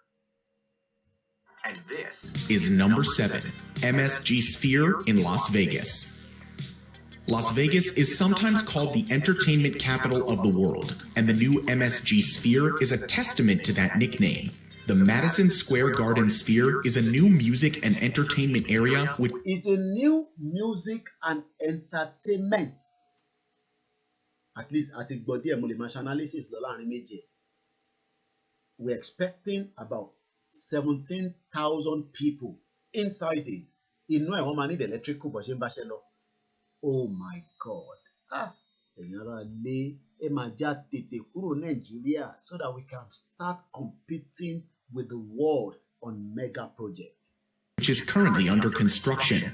The sphere will be 112 meters high and 157 meters wide at its widest point, making it the largest sphere in the world. Tó bá jẹ́ the largest tá ti mọ̀ nísìn, tá bá ti gba Yorùbá nation, àwa fẹ́ make sure pé ìtawà máa ṣe ó máa double lélẹ̀. 3 years, thank you very much. Adékúnlé, àwọn tó follow ètò yẹn dáadáa, àwọn tó mọ̀ pa project, àtàwọn ìtàn ń gbọ́ wa náà bẹ́ẹ̀ o. 3 years and 20 years, all they've seen is Tinubu, hey, Sagra 23, hey, Osibajo, hey, Dapo Abiodun, hey, election 1999, hey, 2023, hey. A project like this, Murimbe Babawa Simon at DBC. Royal Suit, yes. Let's continue. The arena inside will have... It would have 17,500 seats. About the stadium by Nissan. We have a caller. Hello. Mute the background here. Mute the background here. It's Wareto. Yes, I push Nigeria. I think we community down to Yomi Maja láti ìlú Ìkòròdú. Ìkòròdú ọ̀gá. Bàbá mi, èmi fẹ́ mú idea kan lẹ̀ mú lè ti sọ́rí, but àwọn tí àwa bá sọ báyìí. Mo mú idea yẹn lẹ̀ pé Nàìjíríà tí wọ́n bá gbà kí àwọn ọ̀dọ́ ṣe rally tó ń dúnkùkù mọ́ wa káàkiri. Ṣe jẹ́ ká ṣe children rally. Ká pé ogun ká raṣọ sí wọn lọ́rùn. Kó jáde síta. Kó mú flag Yorùbá nation lọ́wọ́. Kí wọ́n pọ̀ àdèmà láwọn àwọn àgbàlagbà kọ̀ọ̀kan wa tó máa dúró tì wọ́n tó máa gáìdì wọn máa rìn tó máa darí wọn yẹ gbá báyìí kò sí nǹkan tó máa ṣe fún wọn bí each local government kan ṣe rálí yẹn káàkiri lórílẹ̀‐èdè ọjọ́ tó wọ́n máa fix ẹ̀ kan ṣe children rally ló máa pè children mega rally ló máa pè kí ògbóni ó wọ́n náà rí pé ìyà ń jẹ everybody papọ̀ ni kò sí nǹkan tó máa ṣe fún gbogbo àwọn ọmọ yẹn. So it's a very good idea tá a bá lè ṣe ètò yẹn inú mi á lè dùn gidigidi gan. No problem. I'm sure lágbára Ọlọ́run àwọn tó ń gbọ́ ètò yẹn náà àwọn ọlọ́pọlọ ní gbogbo àgbáyé kò ń ṣe Koiki nìkan wọ́n ti gbọ́ wọ́n ti note it down ìgbàkigbà tó bá ti sọ pé ó yá àwa náà fi mídíà wa àfi support ẹ̀ ṣe gan ni láti Kòròdú. Ṣé iná wà lọ́dọ̀ yín lálẹ́ ìṣá ṣé iná wà bẹ́ẹ̀ fún. Iná òkùnkùn láwọn wa iná ké. Iná òkùnkùn. 4 days sísà níná àti ẹ̀ṣẹ́jú ẹ̀. Ẹ sanwó náà ni. À sanwó náà o iná ké. Ọ̀tán rárá ni. Nàìjíríà iná bá wò. So bí wọn bá tẹ̀ fẹ́ mu omi tútù lọ́dọ̀ yín lálẹ́ yìí nísìn. Omi tútù ké. Bàbá mi omi tútù lẹ́yìn pé ọmọ mi gbóná. Omi tútù bí omi gbóná ni iná kẹ ní Kòròdú. Everywhere gbogbo Nàìjíríà àwọn afinásùn àfinájí. Ẹ̀fínásùn. Àwọn elétí dídí ìtún sọ pé kò pọ́síbù kò ṣe kinní kan. Wọ́n á jọ pa gbogbo wa papọ̀ ni. Àwọn tẹ̀lé kọ́ pa gbogbo àpapọ̀ náà láti ń tètè sáré báyìí lẹ́sìn. Kì í ṣọ̀rọ̀ èèyàn kan. Máṣe. Bẹ́ẹ̀ ni bàbá mi. Ẹ̀yin tẹ́ wà ń lo ìwé gbìyànjú fún àwọn táwa Nàìjíríà púpọ̀ nù wá ti sùn. Elétí dídí ni wọ́n. Wọ́n ń gbọ́rọ̀ ìyà ti mọ́ wọn lára. Èèyàn kan tẹ́ sọ pé èèyàn kan ní bàbá wa jẹ́jẹ́ kókó ni mostly Yoruba youth were born in poverty. Therefore, they don't know the difference in life because they were still living in Nigeria, primitive life in Nigeria. Nothing functions. Ṣẹ́ni mo léyàn kan níbí báyìí tí ẹni ẹ à ń sọ̀rọ̀ mò ń sọ̀rọ̀ Yorùbá nation fún. He's a driver o tó ń wa mọ́tò ni o. Ó ní pé ẹ̀wọ̀ ẹ jẹ́ ká máa bá lọ báyìí. Ẹ tó bá ti kú ní tiẹ̀ gbé. Mo ní mo ní ẹjọ́ yín kan mo ní gbogbo rẹ̀ àjọ yóò kọjá Ìmọ̀ta sí Ìjẹ̀bú Òde kẹwàá mọ́tò lọ wọ́n náà tún ṣe lójú tẹ́yìn lọ́rùn. Ó ní bẹ́ẹ̀ ni o lágbàdo ti bí òun wọ́n sọ pé gbàtẹ́ ẹ̀ travel rí mo náà ná ní Kotonu Benin àti Togo Ghana mo ní tẹ́ bá travel lọ sí gbogbo bẹ̀yẹn ẹ̀ mọ̀ pé ìyà ń jẹ yín ní Nàìjíríà. Bàbá mi ó sọ fún mi pé owó travel rí owó dẹ̀ rẹ́dà travel ju láàárín Kòròdú ìlọ wọ́n ti bí wọn sínú ìyà. Ìyà ti mẹ́lòmí lára ó ti báyé wọn jẹ́. Ẹ ṣé gan ni. Ẹ gbìyànjú o. Thank you very much. Ẹ̀yin tẹ́ wàá lóyìnbó mi ò lè sọ pé kí ọ̀tá mi kó máa bọ̀ Nàìjíríà tó bá wà lóyìnbó. Ọ̀tá mi tó jẹ́ ọ̀tá mi kí wàá sọ kó máa bọ̀ Nàìjíríà tó dẹ̀ wà nílùú òyìnbó. Ẹ wò lẹ́yìn kọ́ta mi kú sọ̀rọ̀ kó ń sọ̀rọ̀ láti zid àwọn táwa bí nowhere to go nowhere to run ni. Nowhere to go nowhere to run. Odò agbéwà bàbá mi. Kò ní gbẹ̀dọ̀ ẹ ṣé gan ni thank you very much. Mo kí gbogbo ẹ̀yin tí ẹ̀ ń wò mí láti ilé ọkàn mi wà lọ́dọ̀ yín ó yẹ kí n lọ sùn tẹ́lẹ̀ ni but nígbà tí mo wá wo program mi ní bí a bá tún ṣó ilé fáwọn ará ilé bí a kọ̀ táwọn olómijì 17,500 seat concert and show ẹja máa bá lọ. 17,500 seats for concerts, shows, and other entertainment experiences. It's meant to be entirely immersive and will use motion, sound, visuals, scent, and temperature to fully engage audience members. On the visual side, the MSG Sphere will have the world's largest LED screen, which at an insane resolution of 19,000 by 13,500 will wrap around the audience for a fully immersive experience. The exterior will be entirely made of screens as well, which will transform the sphere into anything for people walking by. The MSG Sphere is built to be the largest, most immersive entertainment experience in Las Vegas. Most immersive entertainment experience in Las Vegas, the largest. Ìgbà wo ló bẹ̀rẹ̀ project yìí? Ẹ jẹ́ ká gbọ́. Ground broke in September of 2018 ni wọ́n bẹ̀rẹ̀ project yìí. Wọ́n ní the ground broke pé wọ́n fẹ́ bẹ̀rẹ̀ báyìí wọ́n fọ́ mọ́lẹ̀ tó ń ṣe bàjẹ́ kan wà níbi kan ṣó kan ó bá jọ́dọ̀ tí wà nísìnyí ogun oṣó gbogbo àtẹ̀pá ogun àjẹ́ gbogbo ọlọ́mọdé owó Ìkòyí ọlọ́mọdé ló bá wo píkí 2018 they started this project. Tá a bá tẹ̀ ní owó tó tó yìí ǹjẹ́ kò jẹ́ kó ti wó gbogbo àwọn building kankan kó ti sọ di nǹkan míì kí n má waste time àpòpọ̀ ẹja máa bá lọ. 2018, and construction on the basement began in July of 2019. The exterior of the sphere was completed in June of 20. Ní inú ọdún yìí, June tọdún yìí, I mean 2021, àwa ní November. By 2021, the interior work has already begun. By August, Adékúnlé fún project ní bíbá ẹni owó tẹ̀ máa jáde rẹpẹtẹ ó mọ́ pa ẹni lọ́dọ̀ yín ló wà lọ́hùn bá ti submit application náà ṣe rí ẹ̀yin tẹ́ wà nílé ẹ̀ mọ̀ tí diaspora àtẹ̀yin tí ẹ lọ́pọlọ nílé gbogbo ilẹ̀ lọ́pọlọ àmọ́ politician àkàrà tẹ̀ ń jẹ láràárọ̀ àti búrẹ́dì nínú òróró tí àti máa dákà jẹ ní Nàìjíríà yẹn nígbà míì ẹ̀wọ̀n tó máa ń lọlé máa jàmàlà ṣíta èmi náà máa ń lọ ó máa jàmàlà kinní kan ó tẹ̀ mọ́rú omi tó fi ń ṣe ó mọ́rú àṣẹ bí òróró tàná àbí jẹta nígbà tá ló fẹ́ rí wọn dápọ̀ mọ́tàná wọn bá da gbogbo ẹ̀ papọ̀ wọn bá ti fi magí àti iyọ̀ sí tó bá wá jẹ́ tán tínú bá lọ ẹ mọ́lẹ̀ kò sọ́sìpítù tó fẹ́ lọ a máa wá àgbo tó máa lò in 21st century kí ló ń pa yín lẹ́rìn Ọ̀túnba Adékúnlé yìí náà ti mọ bó ṣe ń lọ ti jàmàlà phase 1 gbogbo wa la máa fẹ́ jẹ́ àti gbàgbé pé ikùn wa ti yàtọ̀ sí ikùn àwọn tó wà nílé àwọn tó wà nílé tẹ́lẹ̀ para wọn kò ń ṣe ẹ má bínú àwọn ìṣẹ́jọ́ tiwọn náà ara tiwọn ti ó yẹ yín àwa tó yẹ pé body system wa body immune wa ti yàṣọ something like small thing akọ pààyàn dànù ni agbẹ̀dẹ hospital nurse àfọn ẹ nígbà tí dákẹ́ kí lẹ wá ń sunkún fún nurse yẹ kó máa pamper àfọn ẹ nígbà tí.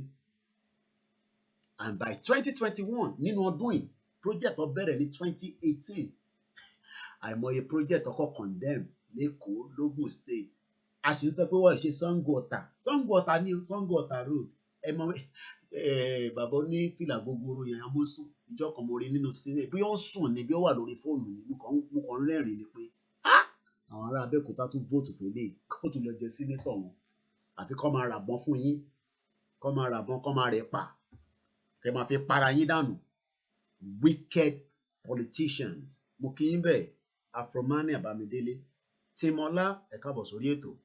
2021, and interior work began in August 2021. The interior work of this project ó ti bẹ̀rẹ̀ tó bá ń sọ pé interior Adékúnlé máa understand nǹkan tí Adékúnlé ní project ìyapa ní Texas ni o ìyá Adékúnlé ó ní project ìyapa so project pọ̀ ní Texas ó tẹ̀ ní láti máa lọ Las Vegas ṣé ń gbọ́ àwọn tó wà lamẹ́ríkà nìyẹn wọ́n ní project tó wà ní Texas ó ní láti máa ṣe àwọn ará Amẹ́ríkà dé ẹgbọ́n sókè ìjẹ́rìí wọn ń gborí wọlé díẹ̀díẹ̀ ẹ káàbọ̀ sórí ètò. Hello, Koiki. àwọn ẹ̀gbọ́n mi tó dáa kò ní bàjẹ́ fún gbogbo wa àmì. mo ṣe wo ṣó ẹ sínú mi dùn mo ní yé mo lè kí ẹ kú takuntakun ṣe ọjọ́. ẹ ṣe gan ni sá. mo lọ sí Nàìjíríà. I think I will speak English. Okay, go ahead please. For those people to please go ahead. Understand what I want to say. Go ahead, sir. I just came back from Nigeria.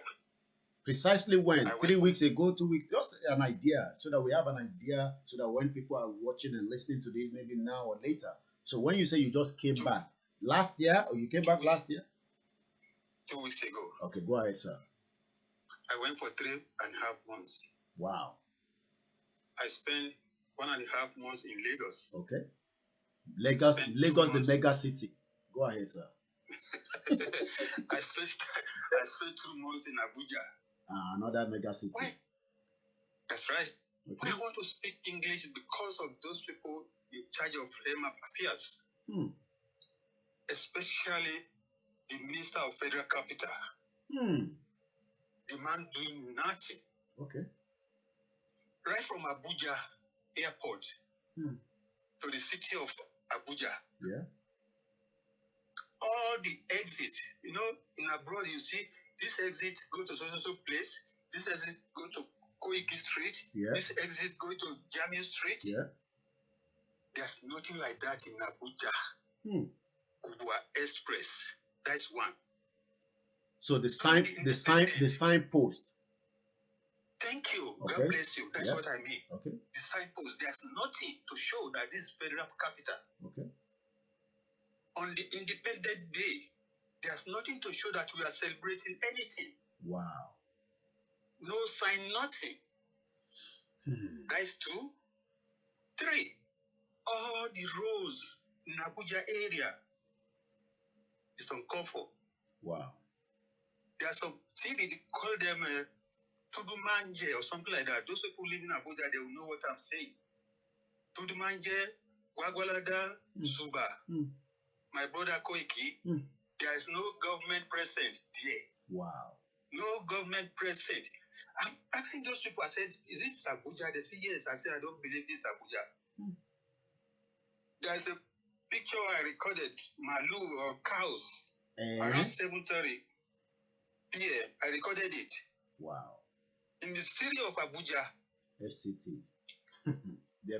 They're probably visiting Buhari. That's right. The worst part of it, Koiki, all the Okada commercials, none of them are registered. So you can be kidnapped easily. Thank you. Okay. Security. Any press people can go there and confirm.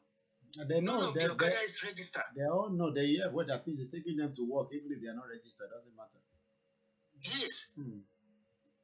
All the time I spend there, when I trying to get Okada or something like that, I don't take Okada. I say no registration number. There's nothing to call for. Do you know the worst part of this? What this man did? Last year budget, he returned some money to government cover.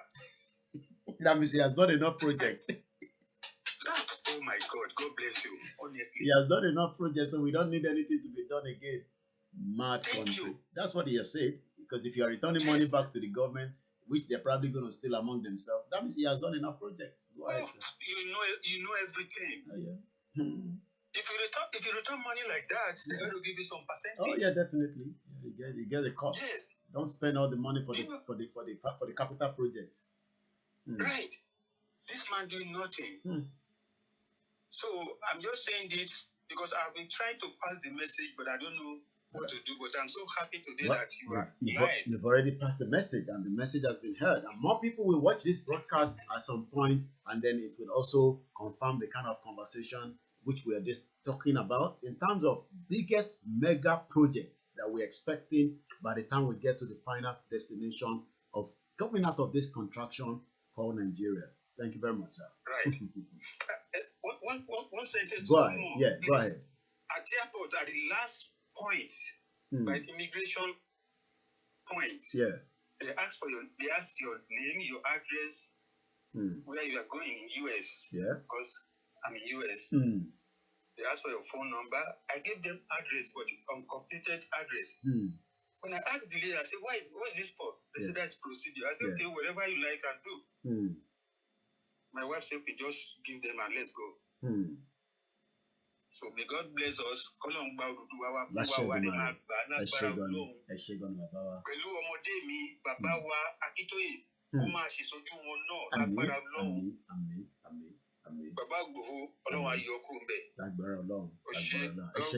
Thank you very much.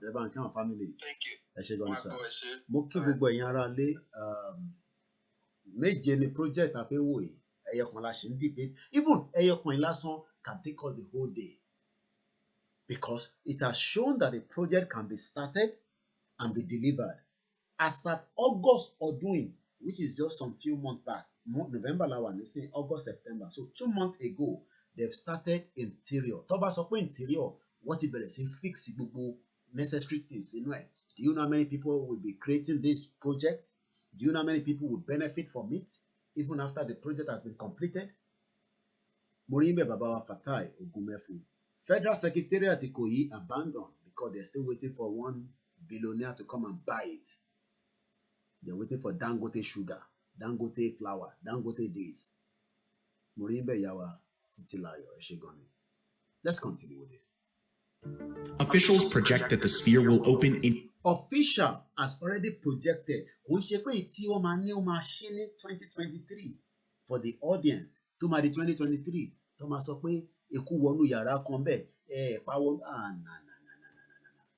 These are part of what we are saying. Let's leave Nigeria and we start thinking about the mega project for Yoruba nation. You cannot get it because Hausa will not allow a project to be delivered. Buhari Council tram system in the 80s and then came to Lagos to open a bus terminal. Is he not mad? 2023 for audiences wanting an amazing entertainment experience. In total, the MSG Sphere will most likely cost $1.8 billion by the time it opens up. And that 1.8 billion, they've already calculated how much they will make the money back in the space of probably maybe maximum under 3-4 years or 5 years. And that project will last a very long time. And the only thing that we just need is probably maybe somebody like Adekunle maintenance. As long as he has a certificate, as long as he has trained to be able to do any maintenance work around this magnificent project. So we go straight to the next project. Next up on our list is the biggest statue in the world. Did you hear that? The biggest statue in the world. We can now replicate a bigger statue in the world. We can put Awolowo, we can put anybody we love. We will debate, we will talk about it, and we will now erect the biggest one, Tomajuele, but it cannot happen in Nigeria. Forget it. Let's watch the next one. Thank you very much. We'll see you. Do you also think that it's difficult to consume relevant news these days with the constant distractions from social media? Instead of browsing... So, Sherry, people, Sherry, Arantaman Sonia, Sherry, our company can sponsor a so they have the money to do more projects, more content, and more, and that's why we're also saying, continue to support us, and we appreciate every single person that continue to support us. Timola says, at present, I think Nigeria is the worst country in the world. It is the hell of health. We just need to help our people out, and that's why we're doing what we're doing now at the middle of this time when we should all be sleeping, apart from our good timing where they can watch it. So continue also to support us, just like this guy is also asking for support towards his project. And to sponsor a delay. So Koiki in Canada next year. Let's go back straight to the conversation. Understanding of the important events in the world. So we go back now to the next project. It's the biggest statue in the world. That is what is coming up now. I don't want to fast forward it because we might miss a little bit, so we'll just allow it to roll over. And I do not own the copyright to this video. We're just using it to... Number 6, the Statue of Unity. This memorial statue is the largest statue in the world, reaching a total height of 240 meters above Gujarat, India. The statue depicts Vallabhbhai Patel, an important Indian historical figure. The same way we have an important historical man like the late Chief Obafemi Awolowo, we can start thinking of this. Have now, it has to be bigger than this. This has a lot of things inside it. Let's hear more from this biggest mega project in the world. A very good morning to those of you that are watching us. Good evening if you're watching in America, Canada. Good morning, morning in Australia, New Zealand, and I say Eku Oru, Nigeria, Eku Oru. To give you an idea, this statue is 110 times taller than the average human.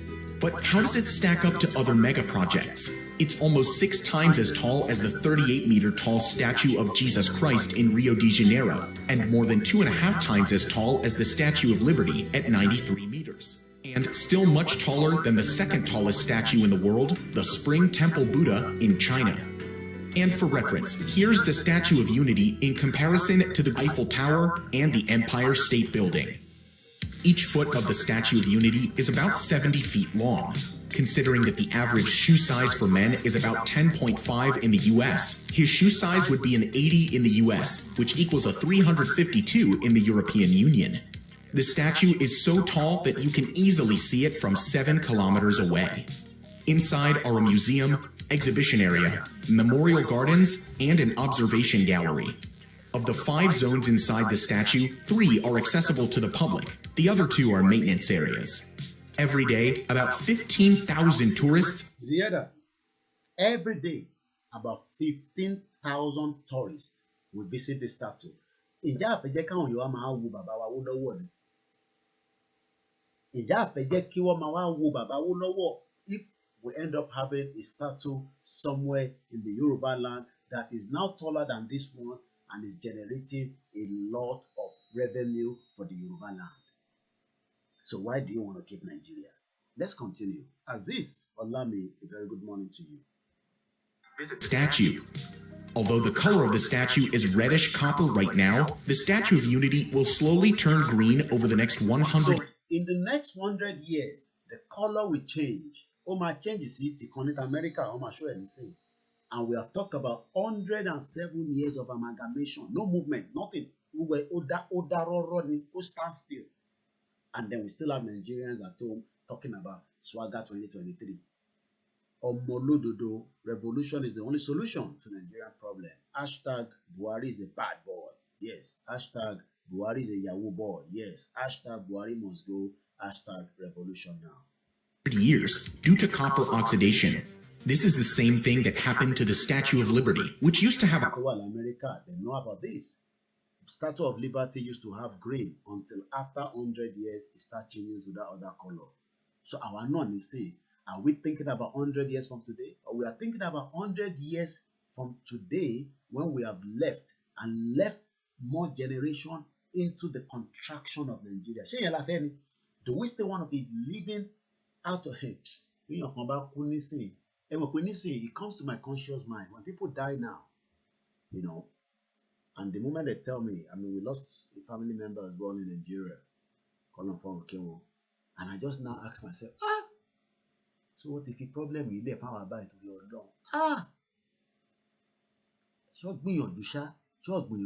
That is what is happening. Especially those in their 70s. At the time in their 20s, we got to wake their brain. At some point, ẹ máa rí. Tẹ́ bá dẹ̀ ṣe rí yẹn, inú á máa bí yín. Èèyàn kan ló pè láti Ìkòròdú. Orí inú darkness. Ẹ mọ bí darkness ṣe rí? Let me quickly show you. Ẹni tó wà ní Ìkòròdú yàtọ̀ sí fóònù àti laptop tí mo tàn àti TV. Let me just show you what darkness looks like in Nigeria. Iná TV ló tún jẹ́ kó tó bright mọ́lẹ̀ díẹ̀ o. Tí bá pa náà TV yẹn náà nísìn. Tí mo pa TV. Right? Ṣe rí pé gbogbo ẹ ti. Bó ṣe ń gbé Nàìjíríà lélẹ́yìí o. Ṣe rí pé can anybody see me now? No way. Gbọ́dọ̀ ti fẹ́ rí mi. Can anybody ṣe screen laptop mi àbí kìíní ẹ̀ lórí bẹ́ẹ̀ ni? I'm seeing some kind of lines. Mo dẹ̀ rí báyìí rí o. Okay, that's strange. Anyway, I need the upgrade. Can anybody see me now? Ǹjẹ́ lè rí mi báyìí mọ́? This is the situation in Nigeria. My screen has gone blank. Lè rí mi, camera mi gan, ó ń show me, but bí agídí lè máa fi rí mi. Let's go. We have a caller that is coming through. Màá fi náà sílẹ̀ báyìí. Kẹ́ lè mọ bó ṣe rí nílé. Kí ló ń pa yín lẹ́rìn? Kí ló ń pa yín lẹ́rìn, ìyá mi? Iná yẹn ló pa mí lẹ́rìn. Ọ̀dà.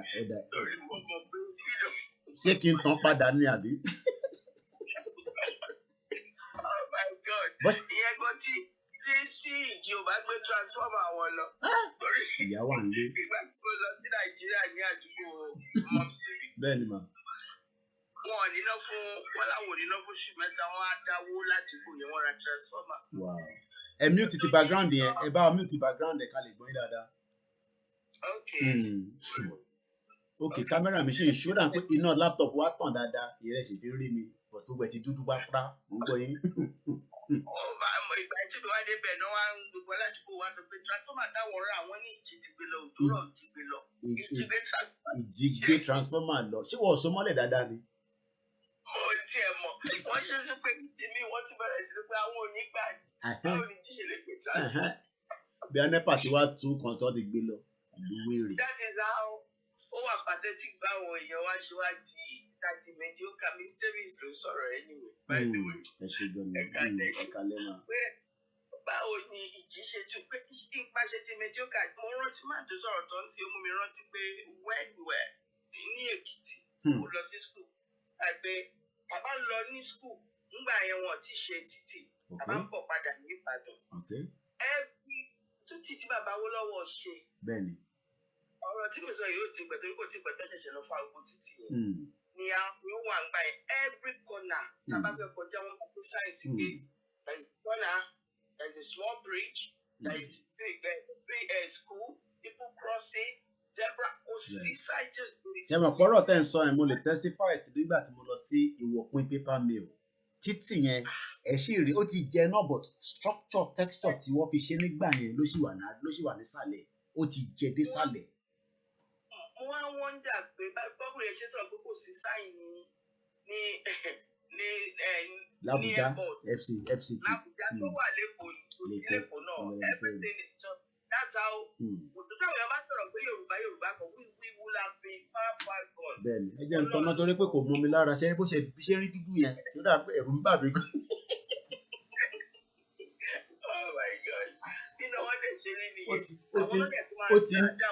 ó ti ń ní mi lára kò tí pé 2 minutes ó ti ń ní mi lára. Àwọn èèyàn máa gbọ́ pé peter wà yá láti jáde. Ẹ kú sùúrù ẹ̀ ń tẹ́ wà ń lé o ẹ kú sùúrù ara ti ń ní mi bí ṣe bó ṣe dúdú yẹn. Mo gbọ́ yín màmá wa. Ń sìn títì nìyẹn o ká tó bá a sọ pé station ká ní pé we were the way we supposed to be. Ká ṣe pé àwọn kóra wa sínú because bàbá wọn lọ́wọ́ ló ṣe yẹn náà ó ń ṣe nǹkan àwọn máa improve ni. Bẹ́ẹ̀ ni ẹ ká máa improve lé lórí rẹ̀ bẹ́ẹ̀ ni improvement gbogbo wọn dẹ̀ lọ ń dé fìlà bàbá wọn lọ́wọ́ báyìí nísìn. Àwọn ò tiẹ̀ mọ̀ nǹkan táwọn ń dé nobody even know nothing about it. Ẹ ló kọ́ pa mí. Ẹ ṣe gan ni ìyá wa ẹja ti lọ Amẹ́ríkà ẹ ṣe gan ni mo kí gbogbo ẹ̀yin tẹ́ ẹ wà lórí night shift àwọn ìyá wa kan àtàwọn dádì wa kan ti wà lórí night shift báyìí ní medical center ẹ bá mute background ẹ bá ti ń pè ẹ mute background yẹn orí fóònù ká ti máa gbọ́ yín ẹ káàbọ̀ sà. Ẹ ló ń ta Koiki. Ẹ kálẹ́ bàbá. Ẹ kí iṣẹ́ o. Àwa nìyẹn. Ẹ kálẹ́. Ọlọ́run àtún alérè o. Láìpẹ́ láìjẹ́ àmín. Olórin kọ́kọ́ rí ń jọ sí ó ní double tragedy. Ẹ rí iná tó ń wá fún wọn yẹn tó kù ní ilé. Ọbẹ̀ lè jẹ́ kọ́ta mi ìyàwó rẹ̀. Kí tẹ̀ ṣe wèrè nìkan kéèyàn sùn kéèyàn má lè sùúrù. Ẹ̀sìn kéde yìí kò sí iná nílé. Ibi iṣẹ́ tí mo tó fi ń kò sí iná. Bísẹ̀ tó nǹkan kan à ń lo jẹnẹrétọ̀ 2-3. Ìyá yẹn ọ̀dẹ̀ sì tó ẹ̀ẹ́dẹ́gbẹ́ wọn kàwé fún yín. Mo ń gbọ́. Nẹ́pà tó wá mú bíìlì wá. Nọ́mà nìyẹn. Ẹ gbọ́dọ̀ mo ṣe ká estimated bill. Nígbà tó ìbá ti tanná, ẹ sọ fún mi báwo ni mítà ṣe fẹ́ rí. Àbí. Wọ́n á sọ pé estimated wọ́n á gbé bíìlì ìmí 50,000 ìmí 20,000. Bísẹ̀ tó wò ṣe gan-an òun rẹ̀ kò sí ìrówó yọ ọ́ lẹ̀ lálẹ́. Nígbà tó wá sọ pé estimated bill ẹ̀ wá. Bẹ́ẹ̀ ni ẹni sọ bàbá mi Adékúnlé níbi àwọn 5 ìyá ìjẹtẹ wá sí ọ̀dọ̀ nígbà tí mo pa náà mi àtètè yá tọ́nà ọ̀dọ́ máa kárí kò ṣe dáadáa yíyan wà nílùú kó bá lè tọ́nà. Nígbà tí wọ́n sọ pé estimated bill ẹ máa wo ìyá kan fi ń jẹ àwọn èèyàn. Wọ́n gbé ìgbésùgbò mi wọ́n fọ ní 100,000. Bẹ́ẹ̀ tó ti jẹun ilé fẹ́sùn àfẹ́sù wọ́n fọ 100,000. Èmi wa mọ̀ tó ń ṣàwọn èèyàn tó yẹ lọ pé kàbámá lè jẹ ní gbogbo ìyẹn gbogbo kò tó bínú fún wọn. Wọ́n ń bẹ̀rẹ̀ lójú lẹ́tà ráì kó sáà lọ kó lóko ń fọwọ́ pa. Àmì ẹ ṣé gan ni. Ẹ ṣé gan ni. Ká máa bẹ́ tò níṣó. Ẹ ké gan ni. Ẹ tún lè pè padà later. Mo kí gbogbo ẹ̀yin ará Amẹ́ríkà. Bàbá wa kan náà ní yes, I'm at the night shift moment now. Mo kí gbogbo ẹ̀yin tí ẹ wà lẹ́nu iṣẹ́. Mo kẹ́yìn tẹ̀sẹ̀ ń lọ́lé. Mo ní ẹ̀gbọ́n kan truck ló máa ń wà l'Amẹ́ríkà. Wọ́n ní ẹrù tó wà nínú truck yẹn millions of dollars ló pè fún mi. I think it's about $10 million. Amazon product ni. Mo jẹ́rìí àwọn tí Australia dé ilẹ̀ ti mọ́ lọ́dọ̀ yín náà. Ṣé ti jẹ breakfast láàárọ̀ Sunday? Ẹ káàbọ̀ sà. Hello, Mr. Koiki. Mo jẹ́rìí Australia. Ẹ máa dáná. Ẹ káàárọ̀ sà. Ṣé wàá pa? Báwo lọ́dọ̀ yín o? Ẹ kú iṣẹ́ o. Mo paná lẹ́ẹ̀kan ẹ̀rú bá mi ni mo ya sáré lọ tàn nígbà tó ṣe pọ́ gbé transformer mi lọ. Mo ya sáré lẹ́ẹ̀kan. Ẹ̀ka rogo emergency. Ìmá tẹ̀fẹ́ lọ mórí ìmọ̀ kí má lọ fẹsẹ̀ lọ gbá nínú ilé. Ó fẹ́ ta o. Ṣé ọ̀rọ̀ wọn leaders wa yẹn kò ṣe máa sọ? Màá fún instances kan. Go ahead. Ṣé rí láti Lẹ́kì. Eyebrow ìràlẹ̀ dárúkọ yẹn big boys big girls. Big boys big girls ìrọ̀wọ̀ láti Lẹ́kì títí dé Ẹ̀pẹ́. Ẹgẹ́ mi ń sìn. Ṣé mọ iye population tó wà bẹ́ẹ̀ yẹn? At least as you have a population close to ó wá kéré ju 10 billion peoples. Wow. Kí ni fẹ́ fà ọ́ ni pé nínú àwọn 10 million yẹn ó wá kéré ju àbárí bíi 3 million children níbẹ̀ yẹn. And now from that láti bẹ̀yẹn tí mo dárúkọ yẹn ṣe believe pé government school tí wọ́n ní láti bẹ̀yẹn dẹ́pẹ̀ mi rò pé kò lè pé 30. And the president now went ahead pé àwọn Nigerians wọ́n excel in that torí pé wọ́n ní good education láti lé. I understand. Ní ibi tó yẹ pé wọ́n ti fail pátápátá, they didn't do anything. Wọ́n ṣe anything. Ní ọ̀nà yẹn níbẹ̀ jù Lẹ́kì major hospital wà bẹ́ẹ̀ wà lákọ̀ọ́dọ́. I understand. Tẹ́ bá dé hospital yẹn. A máa rò gbòòlà ni. Tẹ́ bá dé bẹ́ẹ̀. In fact, èèyàn kan deliver bẹ́ẹ̀ recently. Nígbà tẹ̀lé yẹn ń ṣàlàyé fún mi. Pé tí báwo bẹ́ẹ̀ fọ́ ṣe ń jẹ́ àwọn. Ẹ̀fọn. Ẹgẹ́ mi sìn. Mega ghetto. Adékúnlé ní mega ghetto ní Lẹ́kì. Wọ́n paná ń bì kan. Then àwọn tó jẹ́ wá bẹ̀rẹ̀ tó máa advice ní pé kẹ̀bà lọ private. Àwọn máa advice ní pé kẹ̀bà lọ private. Kílẹ̀ fi risk ọmọ tẹ̀ fi Láti gbogbo bẹ̀yẹ sà. Láti gbogbo bẹ̀yẹ. Láti Lẹ́kì yẹn. Títí dé Ẹ̀pẹ́. Ẹ̀kan ni mo lọ sọ́nà Ẹ̀pẹ́ yẹn láti yọ tí mo ti ń lọ sílé mo gbọ́dọ̀ pọ̀ ṣọ́ọ̀ṣì tí wọ́n ṣe é sí. Ẹja yẹn ṣì wà níbẹ̀ mo kódà mo náà fi yọ ẹja kan tó wà níbẹ̀ tó fi ṣe mega project. Ìyólé tí wọ́n ń ṣe ni pé pàdé tó pàdé business náà fi wá ṣe. Nígbà tí Dangote refinery ṣe Dangote refinery tó ń sìn. Ẹ bá wò dáadáa local state. Ọ̀nà yẹn bí Dàpọ̀ Abíọ́dún sáré ṣe ọ̀nà yẹn láti Ìjẹ̀bú-Òde Ẹ̀pẹ́. Náà wọ́n ti sáré ṣe ọ̀nà látẹ̀pẹ́. Wọ́n ti ṣe ọ̀nà àtẹ̀pẹ́ dé Ẹlẹ́kọ̀ junction. Just to give them free access from Dangote refinery. Láti transport ìlú jáde. Pàdé tó pàdé láti tírọ́kì Dangote a máa fi gbàgbẹ́ yẹn jáde láti máa lọ sọ́nà òkè lọ́hùn. Láti bá jáde sí other state. Nǹkan tó ń ṣe nìyẹn. Kò sílẹ̀ tó kàn wọ́n pẹ̀lú àwọn masses. Ìyẹn lọ ṣe Sango Ọ̀tà. Kí ló kàn wọ́n pẹ̀lú kí ló fẹ́ lọ mú ní Sango Ọ̀tà sà? Àwọn èèyàn ń bẹ́ bẹ́ẹ̀ bá mi àwọn èèyàn ń bẹ́ bẹ́ẹ̀. Kò sí Dangote refinery ń bẹ́ẹ̀. Má ṣe o. Ṣé ìyẹn tún fọ́nì? Wọ́n máa mú ilẹ̀ táwọn èèyàn ti rà tán ti kọ́lé sí. Káyà gbà lọ́wọ́ wọn. Wọ́n máa wó ilé wọn. Àlélẹ́ tó wá fọ́nì jù ni pé nígbà tó bá wọlé yẹn tán wọ́n fẹ́ tún ilẹ̀ yẹn ta ní o.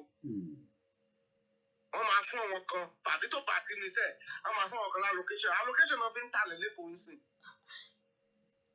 They will just get government allocation ilẹ̀ táwọn kan ti rà táwọn family tó ní ti ta táwọn èèyàn ti kọ́lé sí ibẹ̀ ni government wà wọn sọ̀rọ̀ wọ́n wá wó ilé wọn àwọn àṣẹ fọ́wọ́n kan ni wọ́n náà wọ́n fọ́wọ́n kan lálókéṣàn wọ́n á máa ta ilẹ̀ yẹn.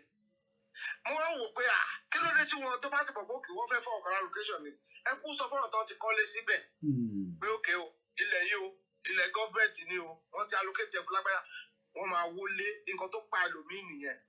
High blood pressure akọkù dànù ni wọ́n ní àjẹ́ ló pa.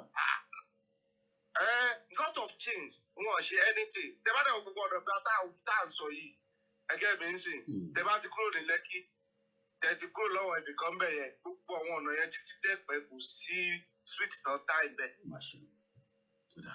kò sí drainage kò sí tide road àwọn tí wọ́n ń ṣe Uber lọ́dọ̀ yẹn ojoojúmọ́ náà máa lọ ń tún mọ́tò wọn ṣe.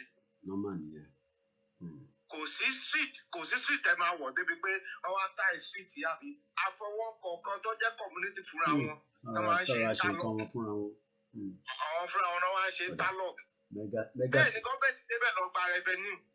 Àwọn láti gbà normal nìyẹn. Àwọn máa débẹ̀ lọ gba revenue wọn ọ̀ṣọ́nà wọ́n sọ̀rọ̀ iná lẹ́ẹ̀kan. Ẹgẹ́ mi ń sìn tẹ bá dáwó ra transformer ẹ ti dáwó ra transformer tán tẹ bá gbé transformer lẹ̀ àwọn náà máa ta fún yín ẹsẹ̀ tó máa dáwó tó máa fi finá sórí ẹ̀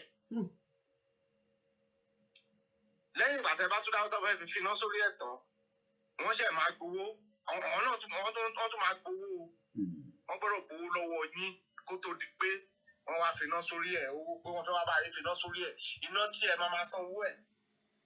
Kàbíyèsí ẹ̀. ẹ ti understand tí tasọ́rọ̀ ẹ̀ bá tún ní fault wọn ò lè wá túnṣe o ẹ tún máa dáwó ni. Àwọn èèyàn wa ò dẹ̀ rí pé anything is wrong wọn ò lọ́nà wọn ò níná wọn ò ní drainage. We will not stop. We will never stop enlightening them. Ìjọba máa ń mú wá sí ẹ bá apply fún mítà wọn ò ní gbé wá. Àwọn máa enlighten wọn náà ni tó máa fi gbọ́ ọ̀nà àdéhìí ẹ̀kọ́ gbọ́ tó bá dẹ̀ gbọ́ àdá gbogbo ẹ̀rú kò jù bẹ́ẹ̀ lọ. Thank you very much. Àmì ẹ ṣé gan ni. Ẹ bá ń kí gbogbo àwọn ará dé ọ̀dọ̀ yín lọ́hùn. Mo rí yín bẹ́ẹ̀ bàbá wa Ọlárewájú Michael. Mo rí yín wọ́n ní I went to my hometown in Kwara State in Yoruba land where Fulani are allowed to carry weapons but in our land indigents cannot take an onion knife but thank to God Almighty for the orientation and we will never stop. Okay, there's another caller coming all the way from US. Àjọṣe náà ni a ṣe ń padà bọ̀ lórí mega project, biggest mega project in the world. Hello, good evening from here. Good morning, good afternoon. Bones okay. Nah. Tájú kan ní. Nọ́mbà yẹn tó ní to change the name nílé lọ́wọ́ kí ló ń ṣẹlẹ̀. Àbáwọn ará ilé tí ń disturb rẹ̀ ti change number ni. Rárá aláìláì ọlọ́run ṣe so ẹ ti ní náà nìyẹn. No problem. So mo fẹ́ sáré sọ nǹkan kan. Ẹ dẹ̀ kú tọ́jú wa ní gbogbo gbà. Ẹ̀yin lè ṣe jù. Gbogbo àwọn tó jáde lẹ́yìn odò àgbè wọn. Àmín wọ́n inspire wa gan. Wọ́n inspire wa gan. Gbogbo àwọn tó jáde lẹ́yìn pátá odò àgbè wọn. Odò àgbè àwọn aláǹdí àdúró fún wọn àdúgbò gbẹbí wọn. Àwọn ẹlòmíì gan lè máa ti fẹ́ délé báyìí kan ṣe bá ṣe ń sọ̀rọ̀ torí traffic ó sì lè wà lọ́nà. Ká má jẹ́ kó lọ síbẹ̀. Bí tá a bá máa gbé gbà bóyá a tún máa dá ní ìsinmi a máa gbé lọ sí àwọn tó di bàbá mú ni. Òwò àti bẹ̀rẹ̀ nìyẹn ká má fẹ́ lójú. A má fẹ́ lójú. Kí ni ó sọ̀rọ̀ ẹnu ó sọ̀rọ̀ pé ká wà lórí mídíà. Bó ṣe fẹsẹ̀ múlẹ̀ a gbọ́dọ̀ fẹsẹ̀ múlẹ̀ jù bẹ́ẹ̀ lẹ́tọ̀. Ọmọ máa kú ọmọ máa yè ọmọ akọ kí ọlọ́mọ pẹ̀lú ọmọ náà. So nígbà wá dé yìí èèyàn kò ẹ̀rí máa tù wá jẹ. Kẹ̀dí ká má sọ̀rọ̀ ká má jà. So ṣẹ́rí àgbàbá náà láwọn àgbàlagbà ṣùgbọ́n Yorùbá náà lè máa ń pòwe àwọn àgbàlagbà tó máa ń gbọ́kọ́ túmọ̀ ẹ̀fọ́ ara wọn. Wọ́n lágbàlagbà òkè wà lórí lọ́jà orí ọmọ tuntun wọ́. Ẹ̀dẹ̀ ní ká má sọ̀rọ̀. Bàbá yìí ti ní kóṣù mẹ́rin. Ẹ wá ẹ tó bá bímọ gan tọmọ ẹ̀ bá sílákàtà ìfúnjọ́ mẹ́rin gan ṣé kò ní gbé fóònù kò ní pè é. Ẹ jẹ́ ká ṣe tààrà. So ọ̀rọ̀ yìí gbogbo àwọn tó jáde lé ni mo dúpẹ́ lọ́wọ́ yín gan ni odò àgbè yìí. Ṣùgbọ́n ẹ jẹ́ ká kí iná yẹn kó ràn. Àwọn náà ń gbọ́ yín wọ́n ń gbọ́ yín a kí gbogbo wọn pátápátá. Ẹ jẹ́ ká kí iná yẹn bí wọ́n máa gbà ràn kó ràn. tó bá ní òun ò tí ì gbọ́ bí a tó bá dé omi sókè tó bá dà lórí bóyá gbọ́ dáadáa bí a yóò wọlé kókó létí ẹ̀. tọ́rọ̀ yẹn ti dé gbogbo ọdún jáde lẹ́nu iṣẹ́ mo wà more impressed. Bẹ́ẹ̀ni bẹ́ẹ̀ni ó ti bẹ̀rẹ̀ náà nìyẹn. Gbogbo ẹnájì China táwọn máa lò àti home àti abroad anyone ẹ wà àwọn landed eléyìí ṣe àwọn ọmọ ó ti dẹnu ọ̀nà wà. Ó ti dẹnu ọ̀nà wà bàbá yìí ti wà ń bẹ̀rẹ̀ fọ amẹ́rìnwó ṣe fẹ́ kẹ́lẹ́ lẹ́nu kó ṣe Christmas ń bẹ̀ ni. Ẹ fẹ́ kó ṣe ní ìyẹn bẹ̀rẹ̀ kan tí Yorùbá á ní láti ronú dáadáa o. Abíọ́lá jábọ́ bí ayọ̀, Bọ́lá Ìgè jábọ́ bí ayọ̀, Táyé Ṣọ́láàrin, Fẹlá lórí Yorùbá yìí náà ni o. Lórí Yorùbá yìí náà ni o. So àsìkò ti tó àwọn ọ̀dọ́ àwọn alábíṣẹ́ láti ṣe. Ọ̀dọ̀ ni ewúro sí bí máa já sí ilé. Thank you my brother. Bàbá wa thank you very much.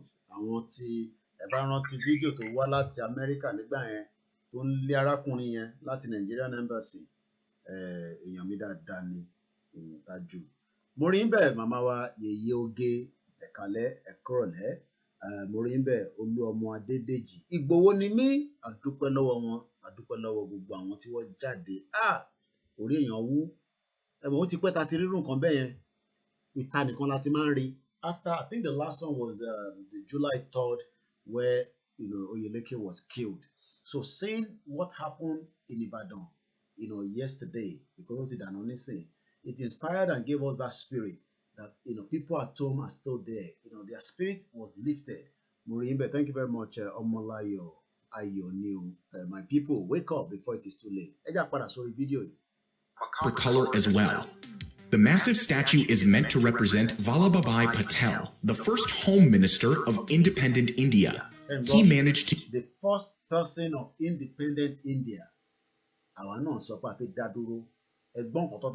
He managed to unite all the 562 precisely states in pre-independent India, which won him the honor. To unite all 562 princely states in pre-independent India, which won him the honor of the statue and a memorial from his people. The Statue of Unity began construction in 2013, just some few years ago. Mokimbe Ariki Wuyo Samuel Ekabosorieto. Thank you very much for joining. October of 2013, in the middle of protests from the surrounding villages. 22 villages in the area complained that the construction of the statue would lead to environmental destruction and the displacement of several villages. Still, the construction continued. 3 small models were created to perfect the design, which was revised each time until it was finally... And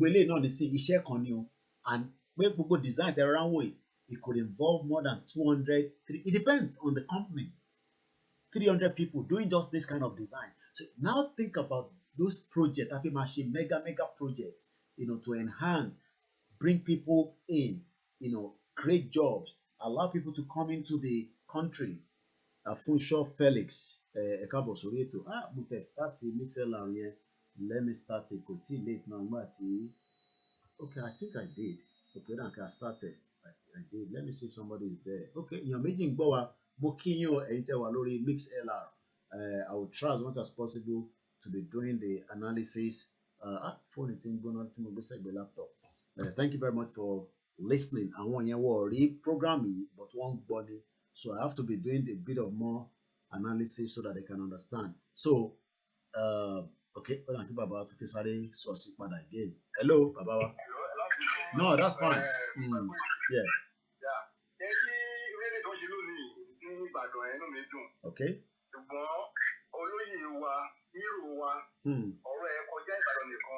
Okay.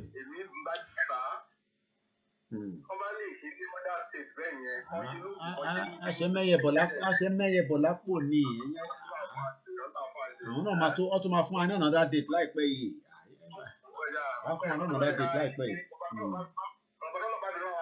Ben.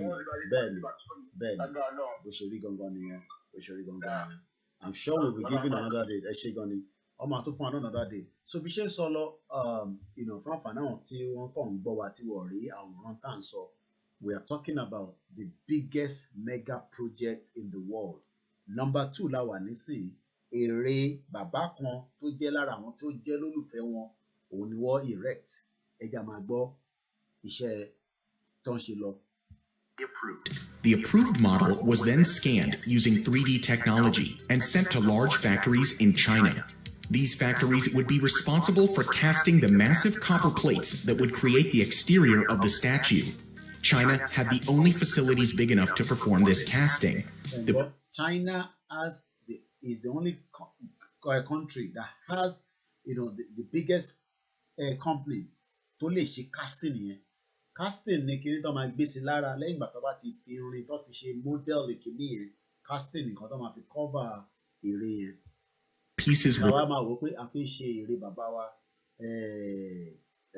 ọ̀jọ̀gbọ́n bàbá wa ẹ jẹ́ change the background ní kẹ́lẹ̀ máa rí ìnáwó àtẹlẹ́ bá ń lọ báyìí nísìn kí n ká lo irú bàbá wa nísìn bàbá wa where is this image bàbá wa wó lọ́wọ́ kọ́lọ̀ fún ọ̀run kẹ́wọn imagine kashi casting to get to bàbá wó lọ́wọ́. Sent overseas and assembled in a nearby warehouse where they waited to be lifted onto the statue. 3,000 workers and 250 engineers worked together to make 3,000 workers, 250 engineers. And we have all these engineers in Nigeria. Ọ̀kadà ló fi wà nísìn. Àtúnṣubú lórí ọ̀kadà kò tún rí bàbá gbẹdọ̀ sweet wá tún lè dànù. Engineer, how can you say you went to university in Nigeria? You came out a first-class student, second class, even third class, even failure, and you are driving Okada as an engineer when you should be looking at all the roads in Ibadan, which I was looking at today and asking myself, why is it taking long to have a standard smooth road? Tí mọ́tò ní máa lọ tó máa ṣe gbìgì gbàgà. Bólóyìn bá wà nínú mọ́tò, olóyìn wà nínú mọ́tò, driver. Make the Statue of Unity a reality. As far as other safety features, the statue features two 250-ton mass dampers, just like a skyscraper. These dampers help to improve. Nígbà tó bá ṣe tán lálẹ́ ẹ wo view yẹn bó ṣe rí. Bàbá tẹ̀ wá ṣe oníkékèké ní gbogbo state ilẹ̀ Yorùbá káwá nìkan tó jẹ́ pé òun ló máa jẹ́ the gigantic one táwọn èèyàn máa wá ní gbogbo all over the world. But let's keep one Nigeria then so. Structural security. Because of these and others safety measures, the statue can withstand 180 km/h winds and earthquakes of up to a 6.5 cap. Ǹjẹ́ tí 6.5 category earthquake bá ṣẹlẹ̀ ní Èkó, kí lẹ rò kó máa ṣẹlẹ̀? Mo kà kíní ọ̀dà pé Daddy Freeze ló sọ pé òun wà ní hotel kan l'Amẹ́ríkà. I think it's about 2.5 kan ló pàbí 1.5. Okay, bàbá wa Tájù ti gbé wá padà. Hello bàbá wa Tájù, à ń gbọ́ yín. Okay, àbọ̀ ṣe mistake ni. Hello. Ìgbà kò dé bí báyìí o ti hang láàrin méjì. Yàtọ̀ tún try ẹ̀ padà. 1:56 a.m. ní London is 14th of November. Ó ti dijọ́ Sunday. Ǹjẹ́ if we have Morimbe lẹ́ẹ̀kan sí bàbá wa Fatai Ogunmefun, Yoruba nation must come to stay. 2324, thank you very much. Ìyániwúrà bẹ́ẹ̀ ni ìyániwúrà ní gbogbo ìgbà. Ìgbòho ṣà ọkọ̀ Fúlàní ọmọ Oòduà tọkàntọkàn ẹ ṣé gan ni. Fatokun Damilare, thank you very much. If there is a 6.5 okay, you got in lọ ju bó ṣe yẹ lọ 6. If there's a 2.5 earthquake in Lagos, what do you think is going to happen? Ìtàn kọ́níkò yìí kò tẹ̀ ẹ̀ bá 2.5 gan ó dàwó bíi sandwich ni. And the governor went to visit the father of the late dead body or the dead man. But how many people have been killed by Fulani and the governor never paid a courtesy visit to them? Àtọ́jọ́ pé wọ́n ń ṣọmọ nobody. Afọlábí Ẹniọlá Wùnmí tọ̀wọ̀tọ̀wọ̀ ni mo fi dárúkọ yín ẹ káàbọ̀ sórí ètò. Let's continue. The complete construction of the statue, including all of its safety measures, cost 27 billion rupees, or 422 million. So already it has been opened láti 2018. So wọ́n ti ń pa owó ẹ̀ padà díẹ̀díẹ̀. Wọ́n lè ti ní timeline. We have 10 years in it. We have 15 years in it. Lọ́ máa fi make owó yẹn padà. So it's not about the money spent to build a It's about even making that country a point of tourist destination. Tọ́wọ́n bá ti wá parí ẹ̀ nísìnyí, wọ́n ṣe máa gbéṣẹ́ fún mídíà, wọ́n gbéṣẹ́ fún oríṣiríṣi hòtẹ́ẹ̀lì, àwọn hòtẹ́ẹ̀lì tó máa wà ní gbogbo àyíká yẹn, àwọn èèyàn máa wá plane ticket, àwọn ní àwọn airline tó ń ṣe fake ti Nàìjíríà, and they will be flying down there. Airline tiwa ló máa gbé àwọn èèyàn wá sí ní ilẹ̀ Yorùbá, kò ń ṣe Nigerian airline tá a rí mọ́ nísìnyí. Bó bá fi lọ Nàìjíríà nísìnyí láti Amẹ́ríkà, wà á kọ́kọ́ lọ sí France, àbí kó lọ sí Ethiopia, àbí kó lọ sí Dubai. You first travel around the world before you go to Nigeria. There's no direct flight, or probably maybe some few of them. You just go round and round and round and round. How about Daduroton? These are the kind of projects that our team Ronusi. US dollars. It was opened on October 31st, 2018. Koda baba yẹn ṣì wà láyé nígbà tó lọ open ẹ̀. You can see him there. Inú àmà dùn ní. And we have Yoruba people now, all these elite politicians talking about one Nigeria, and they think when they die, we will forgive them. They think when they die, yes, Olayoni, by fire, by force. All we need is Yoruba nation. My people wake up.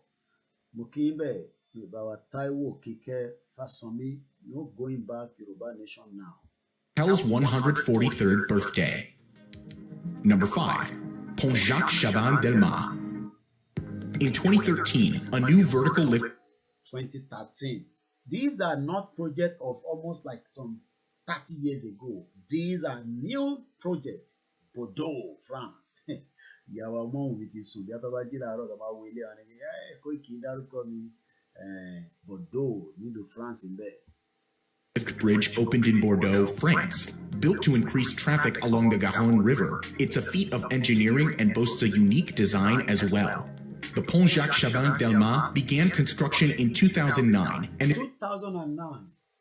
The project started in 2009. And I'm sure they've already completed it. Go and look at abandoned projects all over the place. Abandoned projects. What is Bawole Lori? They've collected loan. They've collected so much loan on it. But at the end of the day, who do we hold responsible for it? How people are following the Supreme Judge Mary Odili? Police officer fake, army fake, EFCC fake, and the AGF is denying. It includes 4 pylons with a 117-meter lifting span between them. In total, the bridge spans 575 meters, making it the longest vertical lift bridge in Europe. The pylons house counterweights to help the span lift to their height required by river traffic. They also contain lights that change based on the water level. They glow blue for high tide and green for low tide. When building this bridge, officials knew they had to keep the river traffic flowing, even as they connected the Bacalan and Bastide areas, which are undergoing revitalization efforts. The bridge had to lay close to the water, and the proposed design... Look at the bridge. Just look at the view. A view. Imagine the kind of project that might be what Yoruba nation. Now, tẹ́ bá wo bridge yẹn, ẹ wo background the bridge yẹn, ẹ rí gbogbo development. Some of them, they are still developing it. Some of them, look at the buildings. Look at the background the bridge yẹn. Àṣìwò third mainland bridge tán ní kinní kan ṣéèkì nísàlẹ̀, ó ń ṣéèkì lókè, ó ń ṣéèkì láàrin méjì. Because the Hausa Fulani does not want that investment to come into Yoruba land. They will take the money from the port, they will take the money from the southwest, and they will move it to where Amechi is building train to Niger. All about loan on Nigeria, and they are building a train services, a better one, to Niger. And would blend in with the surrounding quays. It only takes 12 minutes to raise... It only takes 12 minutes. 12 minutes. Not more than that. And today, we still have Nigerians suffering for the negligence of a country that was put together in 1914, put together on a fraudulent constitution. And the people want us to continue living in a country where they've given Dangote more access than all the other ethnic groups. Project. Nigeria project. The bridge is named for the former French Prime Minister and Mayor of Bordeaux and will handle 43,000 vehicles per day. 43, even what to calculate how many vehicles will drive on it every day. Ẹ lọ sí àwọn Èkìtì side yẹn, kò sí títì. Ẹ lọ sí Kogi, Kaba, everywhere there's no road. And if there's a road, you're probably going to be kidnapped by the Fulani terrorists that is waiting for you. And the government is calling them bandits. The government is calling them bandits. The total cost of this odd construction project was 160 million euros, or roughly 195 million US dollars. Number 4. You might be looking at all this money and say, one thing we've got to remember is the more you have a better infrastructure, security, a safety, economy, people will come and do business, investment. This next one is Dubai. It is a controversy because then Tony project or probably the anyway, the guy that invented them, they gave them the idea. But now let's go to Dubai. Some of you have been to Dubai, and Dubai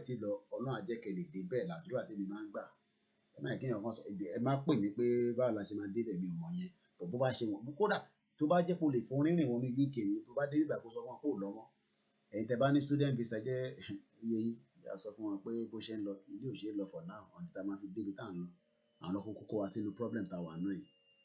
We only have about 3 more to go or 4 more after this. 3 more after this. Let's watch this one. This one will get you upset about why people want to keep Nigeria and not want us to go into a nation where we can be competing in what they call biggest mega project in the world. Let's go with this.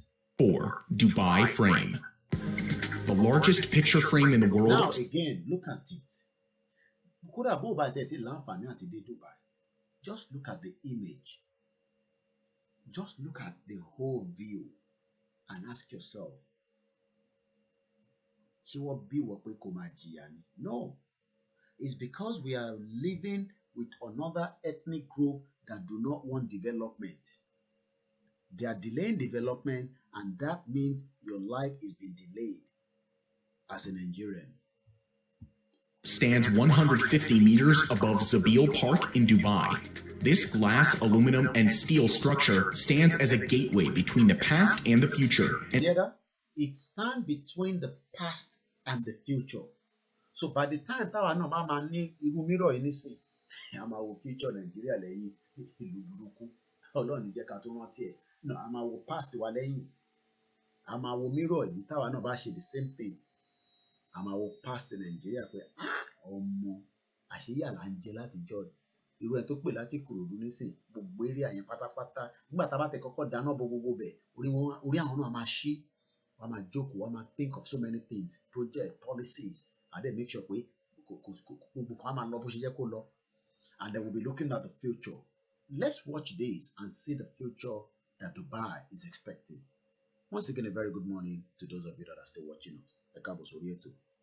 And stands to emphasize where Dubai has been and where. To emphasize, ibo ni Dubai wà tẹ́lẹ̀, níbo ló ń lọ. Ẹ̀yin ará ilé ní Nàìjíríà, níbo la wà, níbo la ń lọ.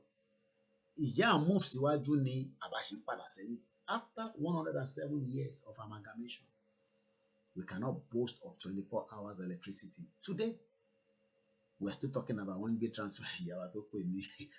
Ìyàwó tẹ́ pè mí lẹ́ẹ̀kan, ìkílẹ̀ náà ṣe ìjà bí wọ́n ní jí gbé transformer.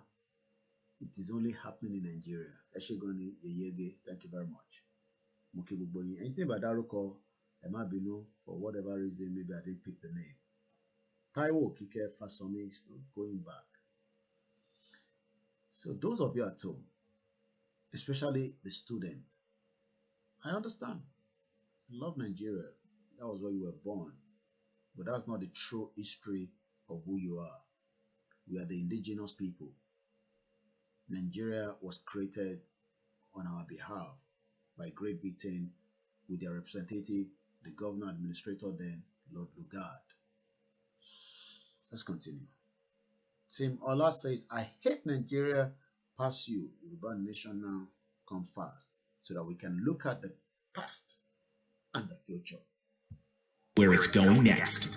It is built to emphasize the luxury of Dubai. One side of the frame's observation deck looks out on the older parts of the city, while the other gives tourists a view of skyscrapers and the futuristic developments over the past. Very good morning, Shina Yusuf. Welcome today. Now, táwa náà bá nílé nísìn, ẹ rí pé lẹ ti mọ́ nísìn, ẹ wo bí view yẹn tún ṣe rí again. Àti rí view talẹ́, ẹ wo tọ̀sán bó ṣe rí. By the time táwa náà bá ti wọnú Yorùbá nation, we will be talking about a kind of àwọn copy ni nídìí láti stress ara wa. Àti rí báyìí nísìn, káwọn engineer wa kọ́ lọ síbẹ̀, kọ́ discuss pẹ̀lú àwọn tó ṣe yẹn, ká ṣe the same thing. In tí China ń ṣe nìyẹn, you will see the one in China. Won't duplicate anything. Sí kíní kan China. Ìlú kan lè ní a máa duplicate gbogbo ẹ̀. Adé pẹ̀lú orúkọ tiwa. We will have a mirror that will be telling us the past of the crime scene called Nigeria and the future we are looking for. Are you not thinking of a future now? Ìwọ ọmọ 30 years old. Ó fẹ́ bímọ sínú Nigeria, àbò ti bímọ. Have you not think about the future of those children? Àwa ta lọ́mọ gan níta gan, àti wà worried, àti wà concerned. Èyí tẹ́ wà níléeṣẹ́ wà concerned ni. Ìwọ tó bá dẹ̀ ti bímọ, are you not concerned? Bí o fẹ́ travel out ló ṣe wà concerned, but ẹ̀yin tẹ́ ń sọ pé ká lọ ṣe 2023 on what? Ẹ wo gbogbo market yìí, gbogbo náà wá lọ, okun náà lọ kàkàkà pèkìpèkìpèkì. Àwọn Fúlàní wa ti náà bọ̀bẹ̀, àbí kí nǹkan kan kó spark. Ẹ wo gbogbo market bó ṣe rí, ó dàbí ilé ẹran. And we are talking about the futuristic development that can bring that brand new society and make our life comfortable. Èèyàn kan tún ní máa lọ sí Dubai láti máa lọ ṣe labourer. Àbẹ́ mọ̀ pé labourer là ń ṣe nílùú òyìnbó. Àwọn èèyàn wà lẹ́nu iṣẹ́ nísìn, ẹni tó ń ṣe night security. Wọ́n wò mí báyìí nísìn, Koiki, èmi ló ń bá sọ̀rọ̀, ó yẹ kí n ti padà lọ́lé. Wọ́n ní PhD lọ́wọ́, wọ́n ń ṣe night lọ́wọ́ bí ṣe bá ń sọ̀rọ̀ nísìn. Ẹni tó bá láǹfààní bí àwọn Uber tó ń lọ káàkiri báyìí nísìn tó bá ń gbọ́ mi. Yeah, they are good jobs, don't get me wrong, but qualification wọn gangan kọ́ nìyẹn. Ó yẹ kó máa lọ máa bá wa develop gbogbo kan báyìí ni. A messed up country, a country that has literally suppressed the initiative tí yíyan kankan tí Elédùmarè tó fún wa. Elédùmarè fún wa ní ọpọlọ, ó fún wa ní mind. Àwa lọ ń exhausted sí ìlú mi. Ẹni tó bá dẹ̀ fi gbé labroad nígbà yẹn, ó kù sí wọn lọ́wọ́. But àwa tá a fi gbé labroad á padà sílé.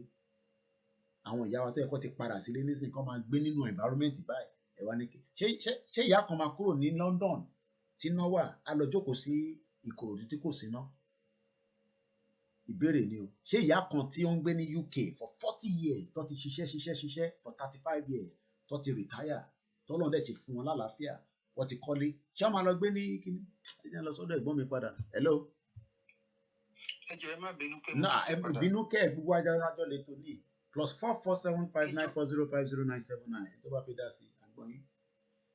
Ẹ ṣe ètò tẹ́ ń ṣe lálẹ́ yìí, mo ti sọ bí oṣù mẹ́jọ sẹ́yìn pé gbogbo àwọn tó ń ṣe show nǹkan tó dáa kó máa gbé wá sórí show wọn fún àwọn tó wà létí òye wọn, because ọ̀pọ̀ ń fetí gbọ́ ni gbogbo nǹkan táwọn rí tẹ́ ń show yìí sí táwọn náà bá ń rí ọpọlọ wọn á ṣí, wọn á mọ nǹkan tá à ń sọ. Èmi gan tí mo ń sọ̀rọ̀ tí màá wá síbi tẹ́ bá ń sọ màá kàn máa kò ṣe ni. Òtí gbogbo àwọn tó ń ṣe show bá ń gbé síta bẹ́ẹ̀ ṣe ń gbé síta yìí, wọ́n á yí.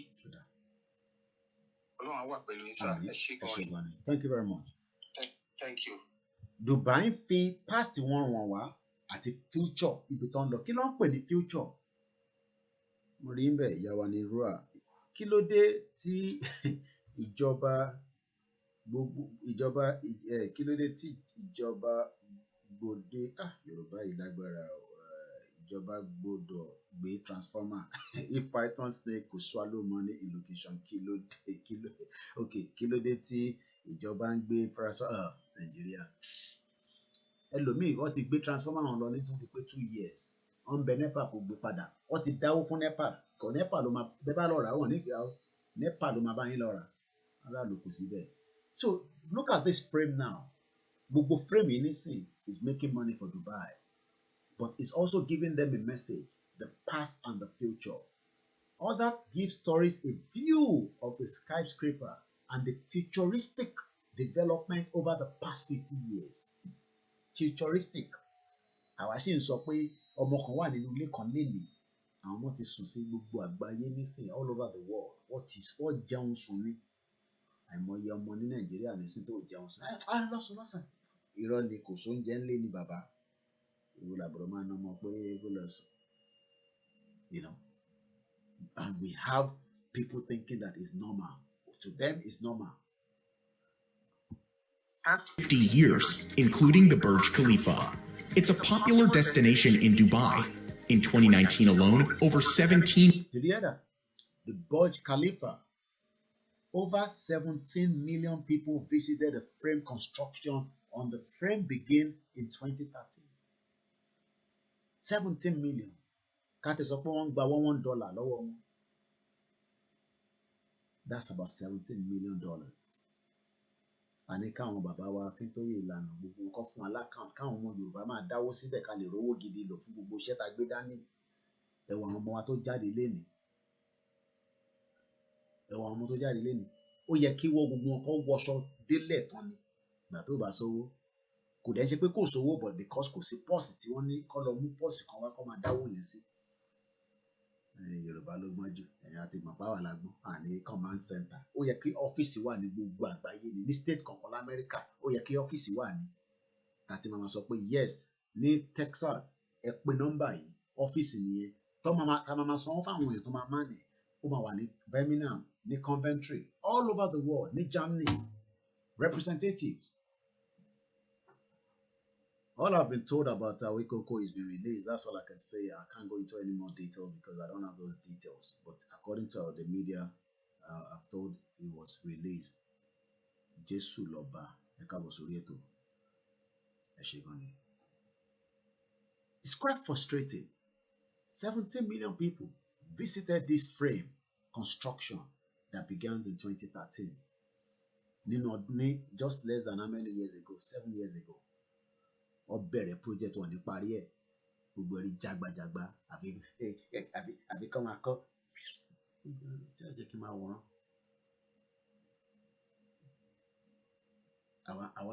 àwa ń deceive àwọn tó wà nílé àwa tá wà níta à ń deceive wọn pé Nàìjíríà máa dá ibo ló ti fẹ́ dá when we are not even talking about the futuristics we are still looking back at the atrocity of a country where people don't have freedom of speech. In tèmi ṣe nísìnyí wọ́n lè ṣe Nàìjíríà àwọn tó ń ṣe wọ́n ẹ̀mí Ọlọ́run ló fi ń ṣe ni kò tọ́pẹ́ bàbá wa Jésù lọ́ba. Million people visited the frame. Construction on the frame began in 2013. 2013 ló bẹ̀rẹ̀ construction. Wọ́n ọ̀dẹ̀ dúró kò ń ṣe project tó máa jẹ́ máa bẹ̀rẹ̀ tó máa stand still. Lagos Ibadan expressway has been going on for how many years now? Stupid country, evil country. Mo kí yín bẹ̀ bàbá wa Afọlábí Ògúntúwáṣe Akínyẹmí, thank you very much. The central glass observation deck was assembled on the ground and then raised and settled between the towers. On the outside, laminate glass panels created a golden ring design which mimics the World Expo 2022 logo, an intentional advertisement since Dubai is hosting this event. The museum inside the frame looks back at the history of the United Arab Emirates. Visitors are transported through time and finally come to a virtual reality exhibit called The Future of Dubai. Here, they observe a futuristic city based on wind power, complete with flying cars, drone deliveries, numerous new megaprojects, and many other technological advancements. The idea for the Dubai frame was born in 2009 when ThyssenKrupp held a contest to design a retrospective elevator for Dubai. The goal was to design a unique elevator tower that would allow...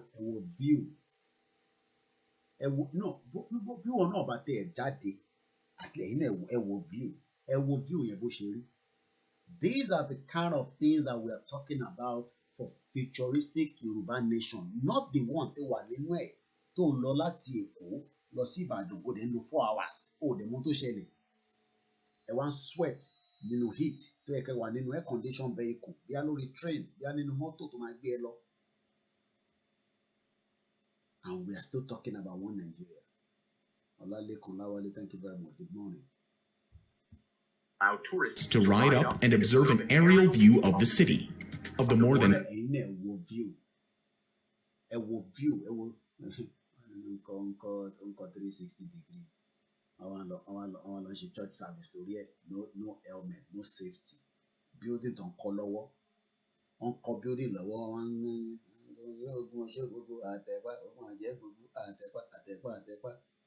who is deceiving who? Who is deceiving who? Ani kẹ fún àwọn ará diaspora lákàntì bàbá Akíntóyè ẹ bá wa wákàntì jáde káwọn èèyàn máa dáwó síbẹ̀ ká rówó lò. Yorùbá nation yìí nídìí owó kò ń ṣe owó pé kẹ fún Kóìkì àní kẹ dáwó ká àwọn ọmọ fẹ́ jáde nísìnyí ẹ wo gbogbo wọn bó ṣe jáde ẹ padà lọ nísìnyí ẹlòmíì ò romi mu pure water 100 naira wọ̀ rí mu bó ṣe lọ yẹn tó yẹ pé bó ṣe ń lọ báyìí tó yẹ pé kí mọ́tò tó jẹ́ ice cooler tó máa tẹ̀lé wọn lẹ́yìn tó máa mú kóòkì tó ká máa ṣe gbogbo nǹkan yàtọ̀ sí pé a tún máa prepare àwọn nǹkan míì tí a fi máa fi gbogbo ẹ̀sọ́ inú lórí live program gbogbo tí mo ń sọ bó ṣe jáde lénìí which was very good kò ń jẹ́ wà kí gbogbo ẹ̀ wà but owó ò bá sí báwo lẹ ṣe fi ṣe gbogbo yẹn láti last year ẹ fún aláccount káwa máa promote account ni èèyàn ní kankan ṣe pẹ̀lú ti Kóìkì àwọn tó máa fún Kóìkì àfún Kóìkì lówó lẹ́ẹ̀rẹ̀ fún mi lówó máa lọ ṣiṣẹ́ kódà bí bá ṣiṣẹ́ cleaning máa gbowó every week nítorí bá dẹ̀ ti mú mi lọ ṣiṣẹ́ time máa wà delay ni pẹ̀lú nǹkan tèmi ń ṣe which is true because èmi fi ṣe full time ni I've said it since last year kò mí pé mo lè lọ ṣiṣẹ́ but ìjọ tí bá ti lọ padà sẹ́nu iṣẹ́ bí ẹni tó fẹ́ pè mí á pè mí lẹ́nu iṣẹ́ máa dá yín lóhùn mo ṣáà ní dá yín lóhùn tí bá ń ṣiṣẹ́ tó yẹ pé iṣẹ́ tí mo lọ ṣe yẹn wọ́n máa sanwó fún mi because if I have to go back to work tẹ́ bá pè mí I cannot do it tí bá wà lẹ́nu iṣẹ́ ni mo máa ṣe program báyìí ṣé nínú ibi iṣẹ́ tó máa sanwó fún mi ni máa jókòó ni mo máa ṣe Yorùbá nation awareness it's not gonna be possible you know and that's why some of us are going to work and they're doing it at part time and some are doing it at full time you know ṣé tí bá yẹ pé mo lọ sí ibi iṣẹ́ ní 6 o'clock láàárọ̀ màá máa ṣe show màá jókòó sí program màá máa ṣe program and we have issues at home that we need to let our people know ẹ fún àwọn diaspora lákàntì kan kí gbogbo wa máa promote gbogbo media pé àkáǹtì yìí ó láti ọ̀dọ̀ bàbá Akíntóyè ni o or whatever ni o kí gbogbo wa máa promote kọ́ máa fi $1 síbẹ̀ ká lè tètè rówó lò fún alákàntì anyway see more than that. And 4,600 architects who took part in the competition, Fernando Doniz, came out on ilé ló ní project yẹn or whatever but òun àti Dubai wọ́n ń bára wọn jà wọ́n sort it out. top and won with his design of the Dubai frame. Doniz's structure is based on the golden ratio, or 1 to 1.618. This ratio is an architectural and artistic standard for structural support and beauty. It's reflected in buildings such as so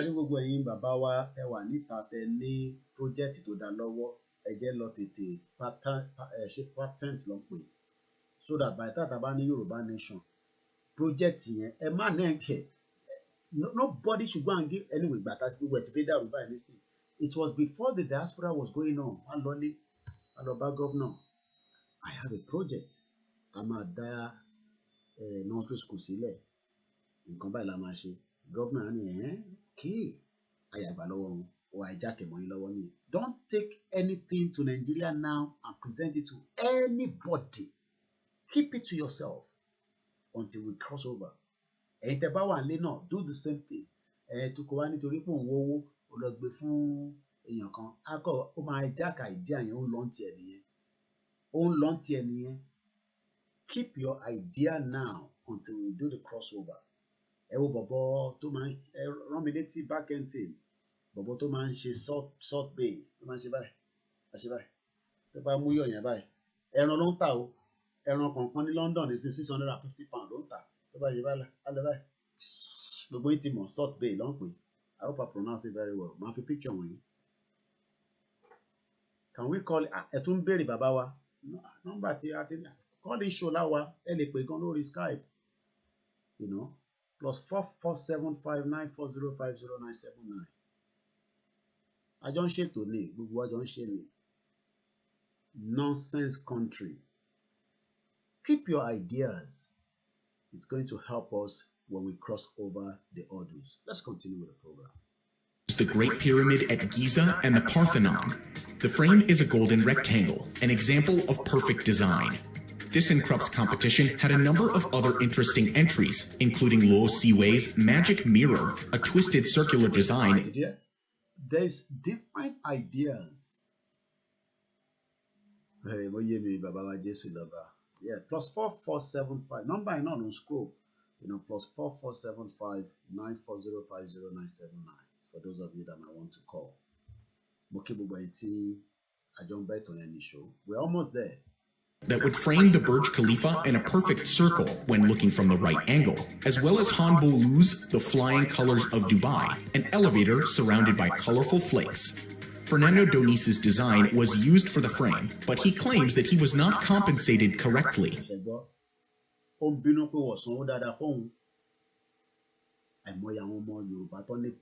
Vast amount of different things. Politician Nigeria bargain chip when we become the next. Nigeria is going down. It's as simple as that. Regardless of whether you believe it or not, the country is already on fire. It's going down. And more people are still going to come out and do the same thing to say it's going down. Hello, good morning. Hello.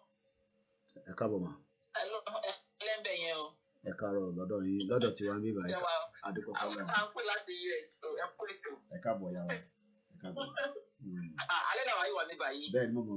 Ẹ̀yin lẹ́tí wà láàárọ̀. Àti wà ní ìdajì bẹ́ẹ̀ni. Ẹ̀jọ̀ àwọn akọ́ni mi kàbí lọ́wọ́ yín ni pé ọjọ́ ọ̀lẹ́ máa fọ gbogbo ẹ̀ lójú báyìí torí gbogbo wàhálà Nàìjíríà ti pọ̀ jù báyìí ọmọ ìṣàánú wa. Anarchy stage ni at least àwọn ọmọ wa ti jáde léde lánàá nísìn. So ẹ jẹ́ ká encourage wọn, ká build the spirit wọn, ká support wọn, káwọn bàbá fún alákàùn, káwọn èèyàn tètè dáwó. Ṣẹ́rí bó ṣe ń lọ yẹn. Àwọn ṣẹ́rí gbogbo àwọn tó jáde yẹn, àwọn warriors gidi wà láàrin wọn. So bó ṣe ń lọ yẹn. So but if they don't have support. That's what I talk. Ṣẹ́rí kí ni NIM wèrè tó ṣe tí Nàìjíríà yẹn? Bẹ́ẹ̀ni mà. Ọkọ mi ti wà lẹ́kọ̀ọ́ láti oṣù méjì, wọn ò tí ì rí NIM gbà. Kábíyèsí Ọlọ́run. Oṣù méjì, wọn ò rí NIM gbà, wọn ò lè ṣe anything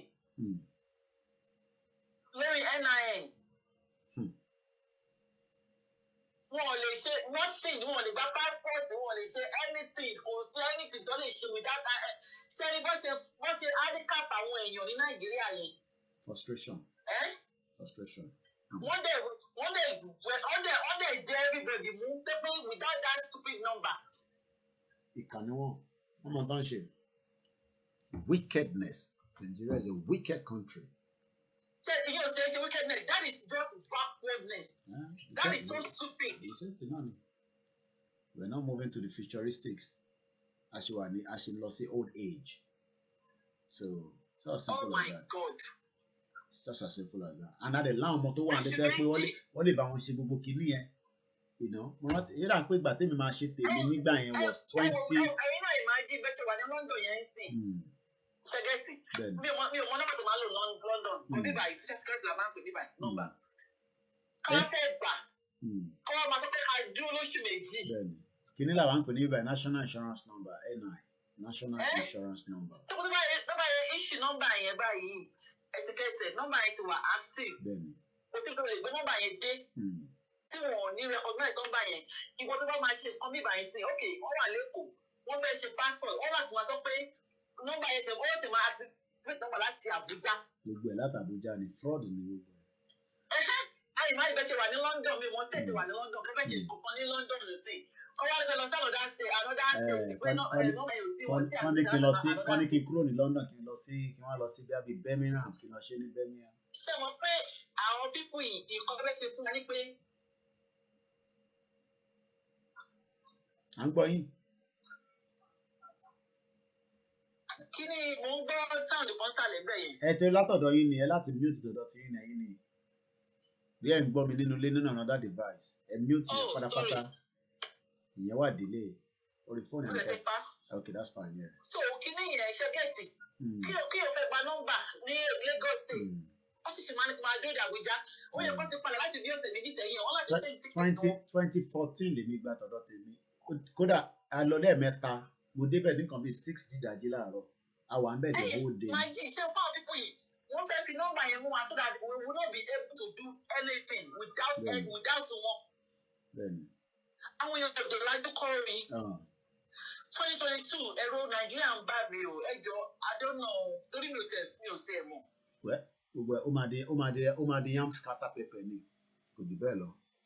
Ẹni tó bá ní kò ní di yam scatter pepper ṣèbóhùn ni wọ́n pa mi general kan àbí general kan ní àná nísìnyí. Ọ̀pọ̀ di general. Ọ̀pọ̀ di general. Complete messed up. Complete messed up. You know, it's a shithole country. Shithole country. You know. Hey, imagine, gbogbo life is one stand still. Kò sẹ́ni tó lè ṣe anything. Kò sẹ́ni tó lè ṣe anything. Ẹ tó bá lọ dé kò yẹn. Ọkọ mi ìtọ́ fún lálẹ́ ìfẹ́ pé ìlú yìí ó ti dàrú pátá. Ó ti di yam scatter pepper. Àwọn tó ń sọ pé kò sí àwọn èèyàn ò gbọ́ ní Nàìjíríà pé Nàìjíríà even wọ́n sọ fún ẹni tí ò tiẹ̀ gbọ́ kankan gan ó mọ̀ pé Nàìjíríà ti dàrú. I'm telling you, ṣẹlẹ̀ ọ̀tọ̀ pariwo 2023 election. Ọmọ increase owó epo ní next year. Ọmọ agbọ́n àwọn tó wà nílé ẹ̀yẹn máa wọ́n rántí. Tẹ̀mọ́ ẹ̀gbọ́n mi tó yẹ kó kò lè ṣe kó máa jẹ́ tẹ̀mọ́. Ó rà ní 2.5 7,000 báàgì ẹyọ kan. Láti 2.5 6.5. Ẹ̀bẹ̀ tó lówó ló ń jẹ sẹ̀mọ́. Ó bá yà wọ́n ẹ̀ tẹ̀wọ̀ lówó ní jẹ sẹ̀mọ́ mọ́. Ó ń bọ̀ díẹ̀. Ẹjọ́ ẹ bá a sọ fún dádì bàbá Akíntóyè. Kọ́ bá wá àkáǹtì ẹ̀yẹ kan. Àwọn náà ń gbọ́ yín. Kọ́ promote àkáǹtì yẹn. Because we gonna need money. Tó pọ̀ rẹpẹtẹ. Imagine ọbẹ̀ ṣe kíni kan nìkan. Èyí àmà ní àníbi owó. Ìyẹn gan ó sàn so ridiculous. I need the 2 million. I ṣe máa wá. Ẹ jẹ́ fún wa 2 million. I need the 3 million. Ó yẹ nínú bàbá gan ti dàgbà. Ó yẹ kọ́ ní bóyá ti tàn àbúrò representative fún tó fún ọmọ àlò. Ó máa di yam scatter pepper.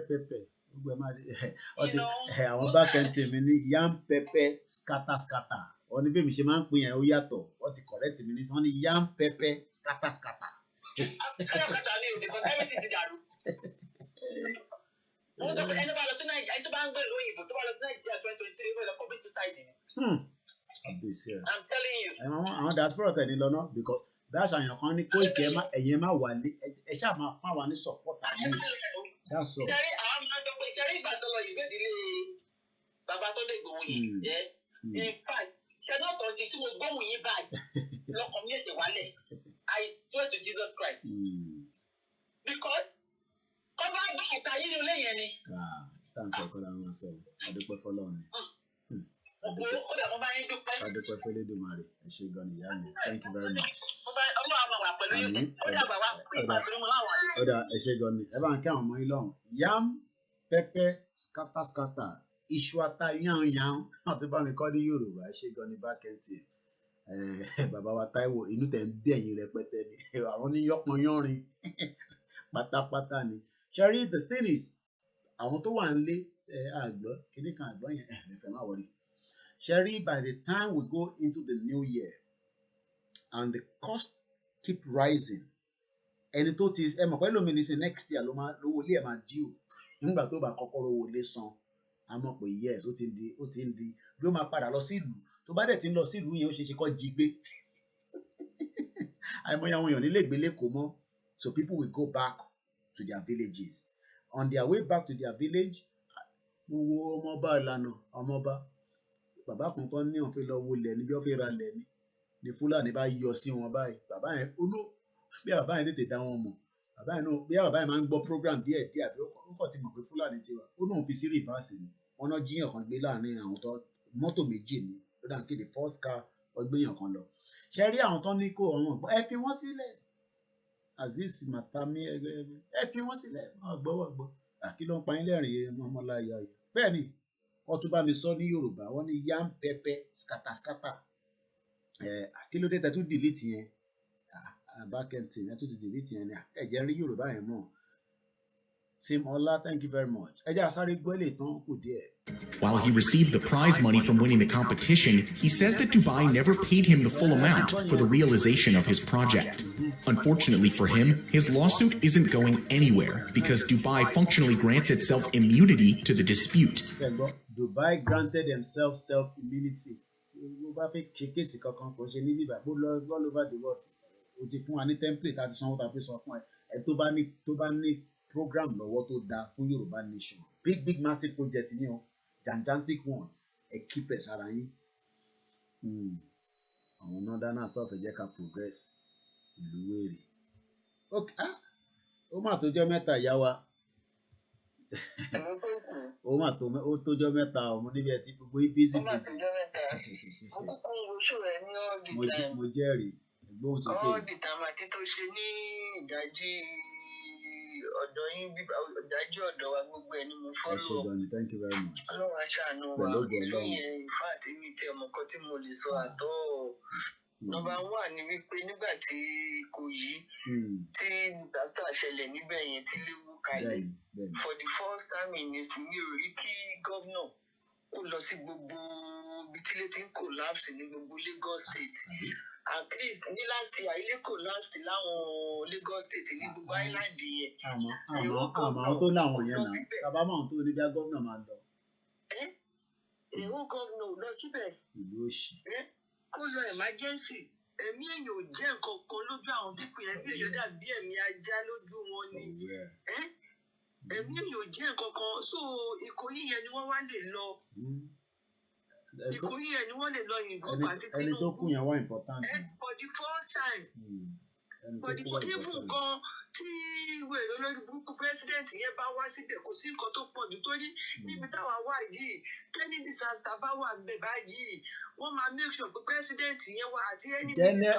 Ẹ̀ẹ́dẹ̀ fi bídì sílẹ̀ ìyá mi general tó kú ní èdè Buhari wà ní South Africa báyìí ní sin dead or alive ṣé kò yẹ kó padà sílé tó bá jẹ́ president tó dáa ó wà ní South Africa ó kàn fly káàkiri ní láti UK ó lọ sí wá London gba treatment ó lọ France láti France ó tún lọ sí South Africa. Ẹ̀mí yóò jẹ́ nǹkan kan ẹ̀mí yóò dàbí ẹ̀mí adìyẹ lójú àwọn pípọ̀ yìí èèyàn dẹ̀ kúkú mọ̀ bóyá àwọn èèyàn yẹn dẹ̀ ni wọ́n kúkú lọ lórí kò yé mi. Wo ìgbà tí disaster ti ń ṣẹlẹ̀ ní Lagos State yẹn Gọ́vnà Sanwó-Olú kò débẹ̀. Ó wá jẹ́ ti Ìkòyí tí lè collapse síbẹ̀ lọ́wọ́ àrùn àti Tinubu. Gbogbo flood máa ṣẹlẹ̀ tó yẹ kó lọ visit ibẹ̀ wọn ò ní lọ gbogbo tí náà ti máa ṣẹlẹ̀ wọn ò ní lọ síbẹ̀ gbogbo in fact mo ń ké ní wípé irú ìlú wo ni mo wá yìí torí Ọlọ́run mo bá. Iṣu ata yanyan ni ó ń bọ̀. Iṣu ata yanyan ni ó ń bọ̀ díẹ̀díẹ̀ ni. Ẹ máa rí àwọn tó máa wá yìí tíìmù tó máa tẹ̀lé gọ́vnà wá síbẹ̀ tí president náà máa visit ibẹ̀ tó dẹ̀ máa sọ fáwọn tó wà níbẹ̀ wípé ókè kọ́ máa wọrí everything máa wà ókè o kò sí yẹn níbẹ̀ wọ́n kàn sọ ẹ̀mí èèyàn bí ẹ̀mí ológbò bí ẹ̀mí ajá ni ẹ̀mí èèyàn ò jẹ́ nothing. Crime scene in Nigeria. Crime scene in Nigeria is a crime scene.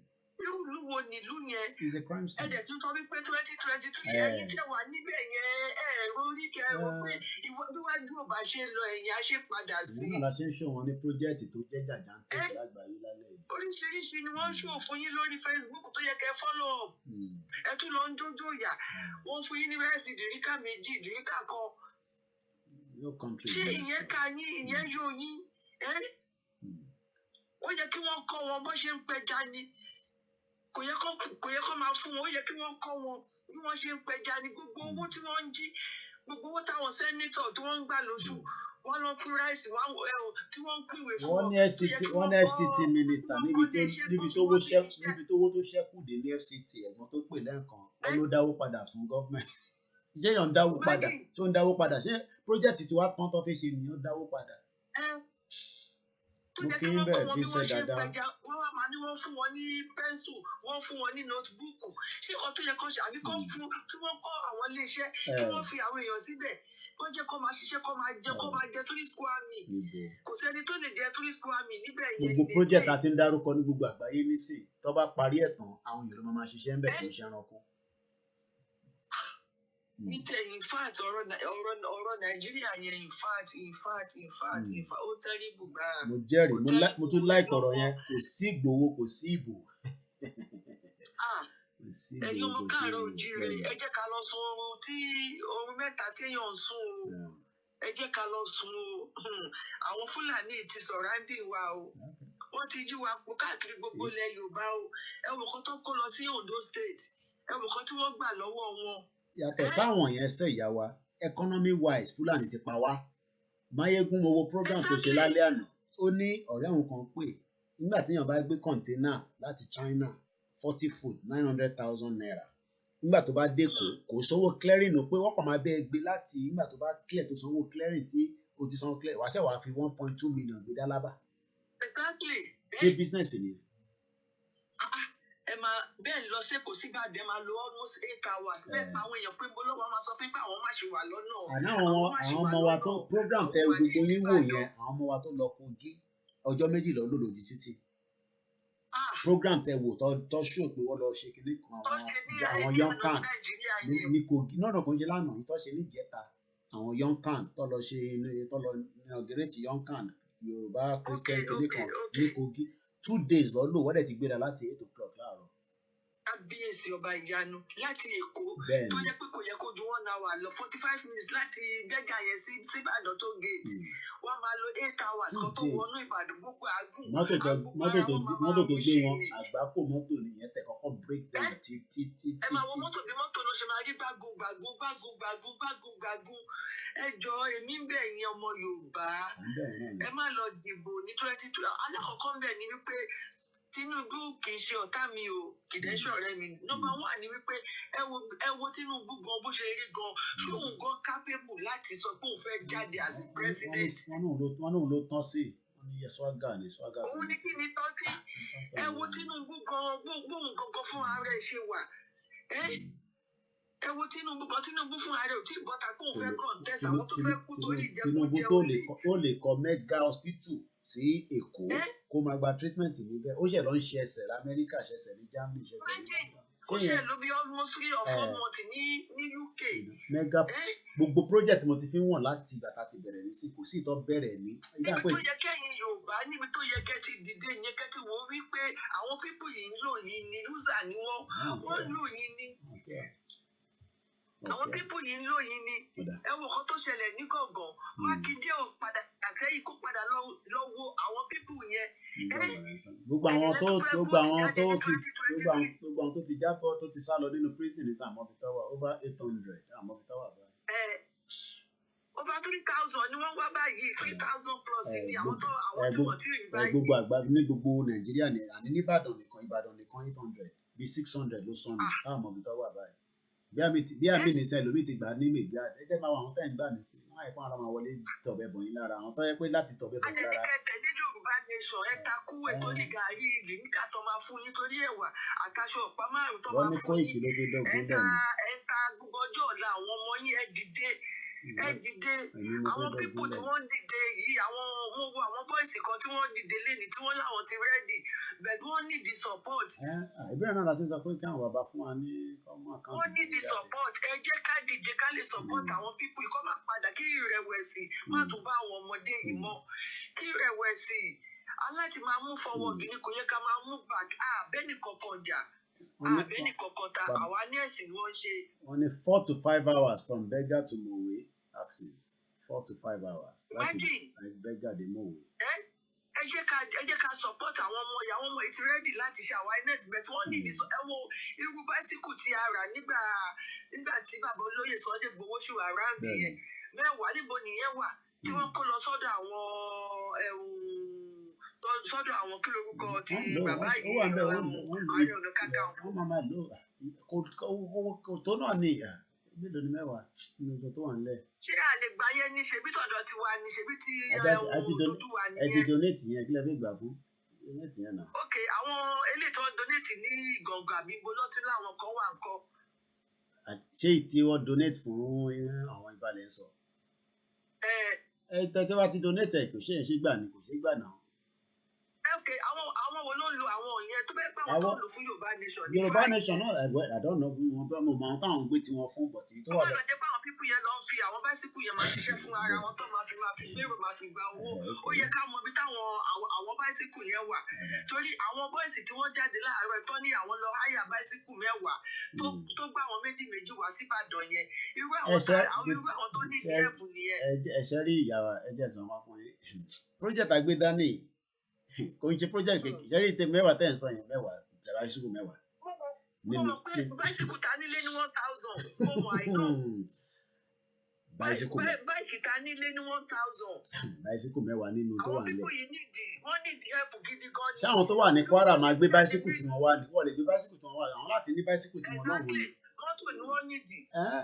Ẹjọ́ ẹ bá wa sọ fún bàbá Akíntóyè kí bàbá Akíntóyè gbé láti last year láti last year láti káwọn èèyàn bẹ̀rẹ̀ sí ni máa donate. àti ń sọ yẹn láti last year. Ó jẹ́ $1 ní ó níbi tí $1 yẹn máa dé àwa tá à ń sọ̀rọ̀ ni wọ́n sọ di nǹkan mi ìbàjẹ́ nígbà táwọn èèyàn bá ń pè tán ń bá wa sọ. Ẹgbẹ́ àwọn ọmọ tó jáde bẹ́ẹ̀ ni ó yẹ kí wọ́n rẹ́ni tó máa bá wọn gbé omi tútù bó ṣe sọ kò tó máa àìsàn sínú kúlà sí pọpọ́ọ̀fù pé ká tẹ̀ fún ọ ní pọpọ́ọ̀fù jẹ àti bá tẹ̀ fún mi pàtẹ́ ti pọ̀jù ká tẹ̀ fún pọpọ́ọ̀fù at least èmi mọ̀ nígbà tèmi wà nílé àṣàṣe díẹ̀. Iṣẹ́ gidi ni wọ́n ṣe nínú burúkú yẹn. Èyí sì wẹ́ àṣàdúpẹ́ fọ́nà ẹjẹ́ máa bẹ́ tó yẹn lọ. Tálá lè pè tọ́ lè bá ẹni láti bá àwọn tó jẹ́ leaders nínú àwọn pípò yìí. Kí wọ́n bá bàbá Akíntóyè sọ̀rọ̀ láti ní pé kí wọ́n gbé wọn àkáǹtì kan jáde. Kó jẹ́ káwọn èèyàn bẹ̀rẹ̀ sí ni máa donate àwọn bọ́ọ̀sì nídìí owó àwọn warriors nídìí owó. Wọ́n lè fi ẹnu kọ́nà fi ń ṣe ẹwọ́ye tó wà lákàtà àwọn Biafra. Kò ṣe máa sọ kò yá àwọn èèyàn ni. Wọ́n ṣẹ̀ṣẹ̀ fẹ́ dá 2 million fún Lady K. Wọ́n ṣẹ̀ṣẹ̀ pé pago káàkiri. Wọ́n ṣẹ̀ṣẹ̀ fẹ́ dá 1 million fẹ́nìkan. Wọ́n ṣẹ̀ṣẹ̀ pé gbogbo kúrúkú káàkiri. Ṣé ó yẹ kó rí bẹ́ẹ̀? Kò jẹ́ kó rí bẹ́ẹ̀. Ṣé ó yẹ kó rí bẹ́ẹ̀? Àdá ní 5 million lákàntì látijọ́ yìí. Èmi rọ gbogbo àwọn tó bá jẹ́ ògbóntagì nínú ẹgbẹ́ Yorùbá leaders yìí ẹ jọ̀ọ́ ẹ bá bàbá Akíntóyè sọ̀rọ̀ tó bá dẹ̀ pé bàbá Akíntóyè náà bá tó bá jẹ́ pé assistant wọn náà lọ bá máa gbéṣẹ́ yìí náà lẹ̀ fún bàbá gan ti dàgbà. No problem. Ìwọ̀n bá ní bàbá gan lè ṣe ọ̀pọ̀lọpọ̀ fún wa ṣe àgbà fún wa o kó kí kú ṣe o. Thank you very much. Ẹ ṣé gan ni àmín ẹ ṣé gan ni. Aago mẹ́ta fẹ́ lọ bẹ ṣé gan ni yàwá ẹ máa bá ètò yẹn nìṣó. Aago mẹ́ta fẹ́ lọ lò ká tètè parí àwọn pírójẹ́tì tí ó wà níwájú wa mega project mú kí gbogbo ẹni tẹ́ ṣe ń darapọ̀ mọ́ wa Junaid ẹ káàbọ̀ sórí ètò ẹja sáré máa play kìíní yẹn lọ. Intellectual property rights were violated and that the frame is the biggest stolen building of all time. Number 3. Katara Towers in Lusail City. Introducing speech alone. Natural sounding tech. It's a planned city in Qatar meant to bring the best urban experiences to elite residents. When finished, Lusail City will include entertainment districts, shopping, marinas, resorts, and residential areas. The city will accommodate 250,000 residents at first, increasing to up to 450,000 residents with future developments. As of 2021, Lusail will be mostly complete, but parts are still in the works. With Qatar hosting the 2022 World Cup, they are putting a lot of effort into showcasing their mega projects and technological advances. The winner to organize the 2022 FIFA World Cup is Qatar. However, it is also known that numerous human rights are violated and many workers are massively exploited in order to create these mega projects. Unfortunately, this is still overlooked by numerous soccer fans and teams around the world. One of these mega projects currently being built is the Lusail Iconic Stadium, which is supposed to be finished by the end of 2021. The iconic stadium will host only 10 soccer games before being reconfigured to a much smaller stadium. But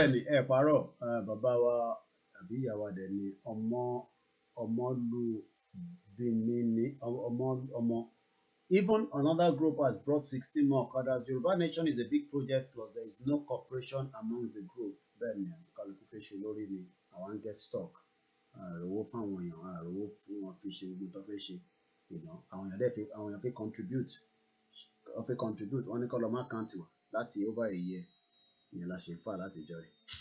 One of the oddest projects in Lusail is the Katara Towers. These towers will feature a hotel, luxury apartments, and more.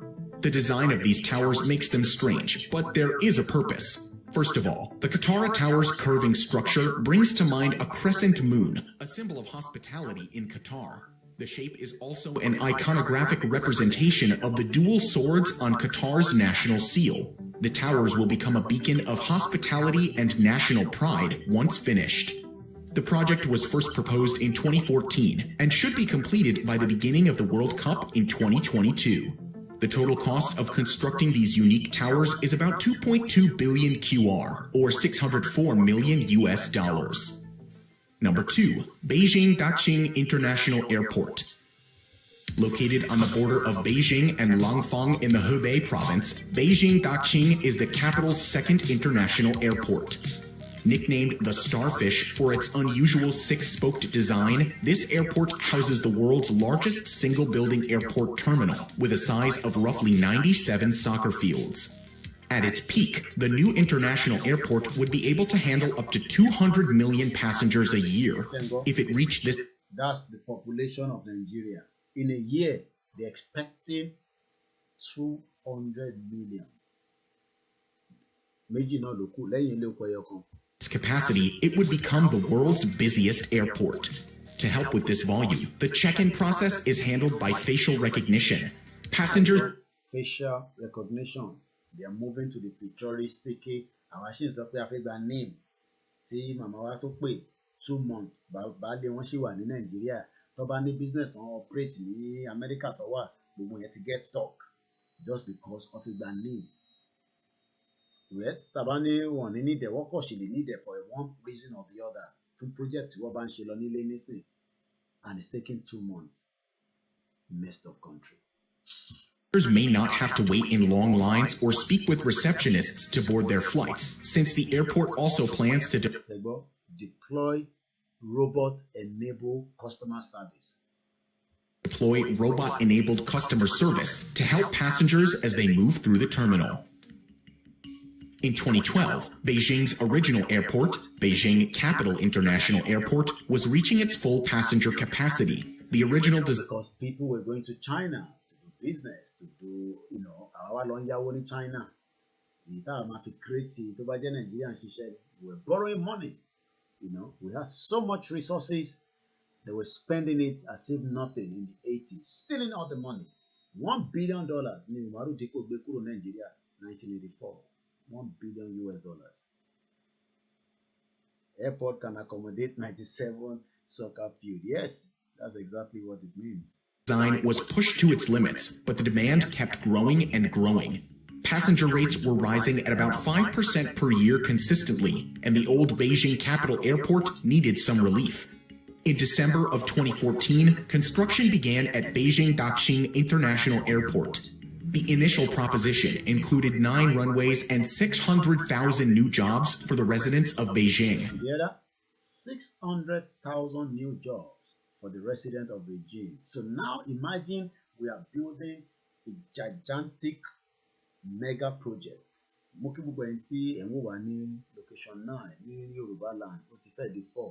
We'll try and see if we can wrap it up quickly as soon as we have this. I'm always salute your courage. In fact, you are working. Ashigoni, Babatunde, really appreciate. It took 5 years for construction to complete. In that time, 5 years. 5 years it took there. Lagos Ibadan Expressway, I think lost so many years, listen. Because Bobo axis here, like when you're jadi lost other states. 5 years. Imagine this kind of project. 11 villages were removed to make room. While the design of the airport looks very unique and interesting, it also has a purpose. The architect Zaha Hadid designed the airport for aesthetics and convenience. The central area's courtyard is an essential place for passengers and their family to meet. But the spoked design also allows travelers to reach their planes faster. It only takes about 8 minutes to walk from the security checkpoint to any gate. In addition, the design makes it faster for passengers to get into the airport and out of it. The spokes make parking and retrieving planes faster as well, so it hopes to minimize the time spent in the airport. Instead of the 9 projected runways, the airport currently only has 5, 4 of which are civilian runways and 1 for military usage. Still, it can handle about 300 takeoffs and landings per hour. 300 takeoff and landing per hour. With plane to wale, to losoke, to wale, to losoke. 300 within an hour. Morimbe, Alaji, Taufik, Olasukon, good morning. And we are still talking about Nigeria. And one project that we are now, as we are also talking about breaking it, the advantage. There might be disadvantage, but the advantage is much bigger than the disadvantage. The disadvantage is being in Nigeria. In Nigeria now, and save lives. Baba Okpa Omo Yati Ofoloju. Ìhun dẹ̀ ló ń tọ́jú ìyá ẹ̀ ta ló máa wá tọ́jú ọmọ àmá ẹ̀ nísìn lẹ́kọ̀ọ́ bẹ́ẹ̀ náà ni o. Due to the highly optimized design of the airport. Getting to the airport by train isn't a problem either. The Daxing Airport Express is a high-speed rail system that travels under Beijing Daxing. The underground rail system is supported by over 1,000 anti-shock cushions to reduce the vibration of the train, keeping passengers above unaware. If that wasn't enough, the airport also boasts an artificial lake that is sourced from rainwater. 6 pools collect rainwater, storing it in an interior channel. After filtering and purification, the water is reused for the airport's aesthetic water features, including the lake. The airport served 16 million passengers in 2020, and that number is growing. It cost the government about 80 billion yuan, or 11.4 billion US dollars. But what about the old airport? Beijing Capital International Airport is still in operation. Many high-capacity airlines are making the switch to Beijing Daxing, including most of China's SkyTeam Airport Alliance. Sharing the passenger load has given the old airport some much-needed relief. Number 1. Tianduchang in China. Of interest because LA what build it around a new community. Ṣẹ́rí ẹ̀yin tẹ́ wà ní gbogbo agbègbè kọ̀ọ̀kan tí bá rántí bí àbí Sùúrùlérè, Ojú Ẹlẹ́gbà, ní Èkìtì, ní Kogi, Ọ̀ṣun. This is the kind of building a new community from the scratch. A community that will serve the poor, the rich, ẹni tó ní, ẹni tó ní. Ẹni tó fọ́ lójú tá a máa tọ́jú tó yẹ pé inú ilé tó máa wà ó máa conducive fún gẹ́gẹ́ bí ẹni tí ojú ń dùn tí kò lójú or whatever àbẹni tó ní a bit of disability. This one tẹ́ fẹ́ wò nísìn ẹ rí i pé template France òun ni wọ́n gbé sí èrè tẹ̀ ń wò yẹn àwọn Paris ló ní kíní kan China or duplicated àwọn náà ṣe bẹ́ẹ̀. This is what we are expecting to have in a new nation called Yoruba Nation. And we have all the brains in Nigeria presently and outside the world that can do it. In a standard, let's watch the last one, which is the number 1. Imitation is usually the sincerest form of flattery, but this may not be the case for several of China's less original construction projects. There are many copycat towns and structures throughout China, including replicas of Venice, London, the White House, and more. People who live in these unique towns see them as a combination of Now, did you hear that? People that live in this unique town, they see it as a combination of the best things the world has to offer. Sherry, àwọn eléyìí ò ní láti lọ sí France nísìn. Ọmọ àlè ní China. Wọn ò ní láti lọ sí France nítorí pé wọ́n ti gbé France wá sọ́dọ̀ wọn. Ẹ káàárọ̀ o. Hello, Koiki. Nah, sir. Okay, ẹ kàn mute ẹ. Yeah. So, ọ̀rọ̀ airport ní Okay. Àgbọ̀yìn. So, ní Nàìjíríà, àwọn ẹ̀ṣẹ̀ padà dé láti location 9 okay. last weekend. Okay. Àwọn airlines, because ó dàbí pé kí ni COVID ló yẹ kí n realize because it has never happened to me. Okay. they are ripping off, passengers from Lagos. Because what I was able to gather, Qatar Air specifically, Qatar Airways. Yeah. So, what I going to COVID, on lift and passengers láti Abuja. Okay. So, láti North. So, our transit on Loseko. Okay. So, láti gbogbo àwọn bẹ̀rẹ̀ nítorí COVID, yeah. Many people don't travel from the North. So, a space to back were available. Okay. So, normally by law, airlines are allowed to overbook. Okay. So when they get overbooked, so they have minimum responsibilities. Team of batting in the lift, passengers in body. Yeah. So, for example, because of we are in a very low easy. Okay. So we are 200 passengers lower at the airport. 100 people are at Abuja, at North there. Okay. So we are 62, we are could be 150 low, or okay. let's say 180. So we are on 20 yeah. Normally, next flight to Bamalo, we are the next we are 8 hours.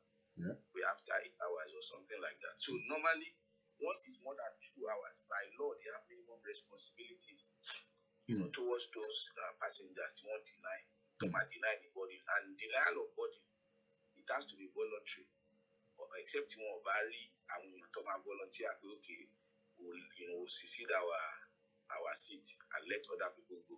So they will now base it on priority. So there's a priority list you want to follow. I want to get disabled or disability. And I want to get family to one look. So those are the scale of preference you want to follow. Okay. Now, so I want to deny the body here to the people on the space more. So they have their own responsibilities. For example, only they come at one hotel, go to the next one day. Okay. Then money will be stipend for me. Okay. Then they have to means of communication because commanding that might communicate well. We are developed by the love. Yeah. About we want to be on the airport, we by the pattern in the convention about so flight want to go to. So this is the normal practice, this is international practice. But in the airport you know what happens? Yeah. Or people, our airline officials, despite when you miss your flight, and also when you miss your flight, the airline is supposed to have a customer service desk where they will address you. They need to communicate with you and to check your right so that you know what to expect. Next, what to do. Not done, so you know how to file for complaint and things like that. But they don't do this. What they rather do is when you miss your flight, put in now profile and check-in desk. They will just put in a form, fill form call. So they will say a reason why you couldn't travel that day. Yeah. So what they will put there is you came late for checking. So now it's not before you to. So they will now refer you to the customer, the airline's office, the airport here. So when you get to the airline's office, that is the normal practice. You can't really enter. Yeah. So they'll give you a phone number at Katara Towers. They call the customer service. Okay. So when you call the customer service, they will tell you that you have to change your ticket. So you have to change your ticket, and when you change your ticket, you have to pay. You have to pay, so you have to pay. Okay. So but what happens is that payment you are making, the money does not really go to the head office of the airline outside Nigeria. Yeah. It is money here that within Nigeria. Yes, in Nigeria. And they use that money to settle airport officials. Okay. Because sometimes you will find aggrieved passengers to everyone take up matter and airline only teacher only that you. So they will call airline, they will call them airport security. Okay. They go evacuate our people and things like that. Go out So our employees someone go and report to NCA. So this is where I'm actually coming. So number one, there are two things. The airlines are using, they are exploiting Nigerians. They are exploiting, especially passengers from the south. Yeah. They are exploiting them because number one, when deny people body, you just have to change their ticket. Okay. And you have to provide a minimum responsibility till you can provide for based on the fact that the missing of the flight or denial of body. Let me just put it that way. Okay. So rather not do this, rather budget ticket. But because a lot of passengers don't know their rights, and this is why in developed countries they ask them to, to communicate with the passengers, to tell them their rights, So they don't do this. Rather they will exploit them. Now, if you now go to the Nigerian Civil Aviation Authority, the NCA. So those ones, they will go to the airline official, they will talk, like police kind of this corrupt practice. Yeah. Anyway, they are trying to resolve the matter for you, but really they are not resolving the matter, but rather they are just protecting the airline. So let's say, for example, so what the airline will do for people that know their rights is they might say that you were engaged in a disruptive behavior and not acceptable behavior. So one come out blacklisted here. Blacklisted here. SA will now be like, go and beg, go and apologize. You understand? So it is better to apologize. Because once you apologize, definitely they will give you a form to waive your rights. Because one will call a debit on law, confess or something. So you would have completed that form, so which would have, portray you as a guilty person. As guilty. So you can also now be like somebody that they just pardoned.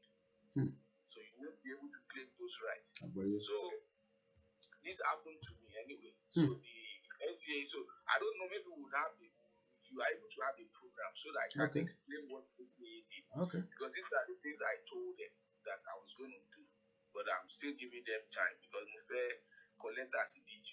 written several letters through their mail, so it's possible it's not getting to me. Definitely.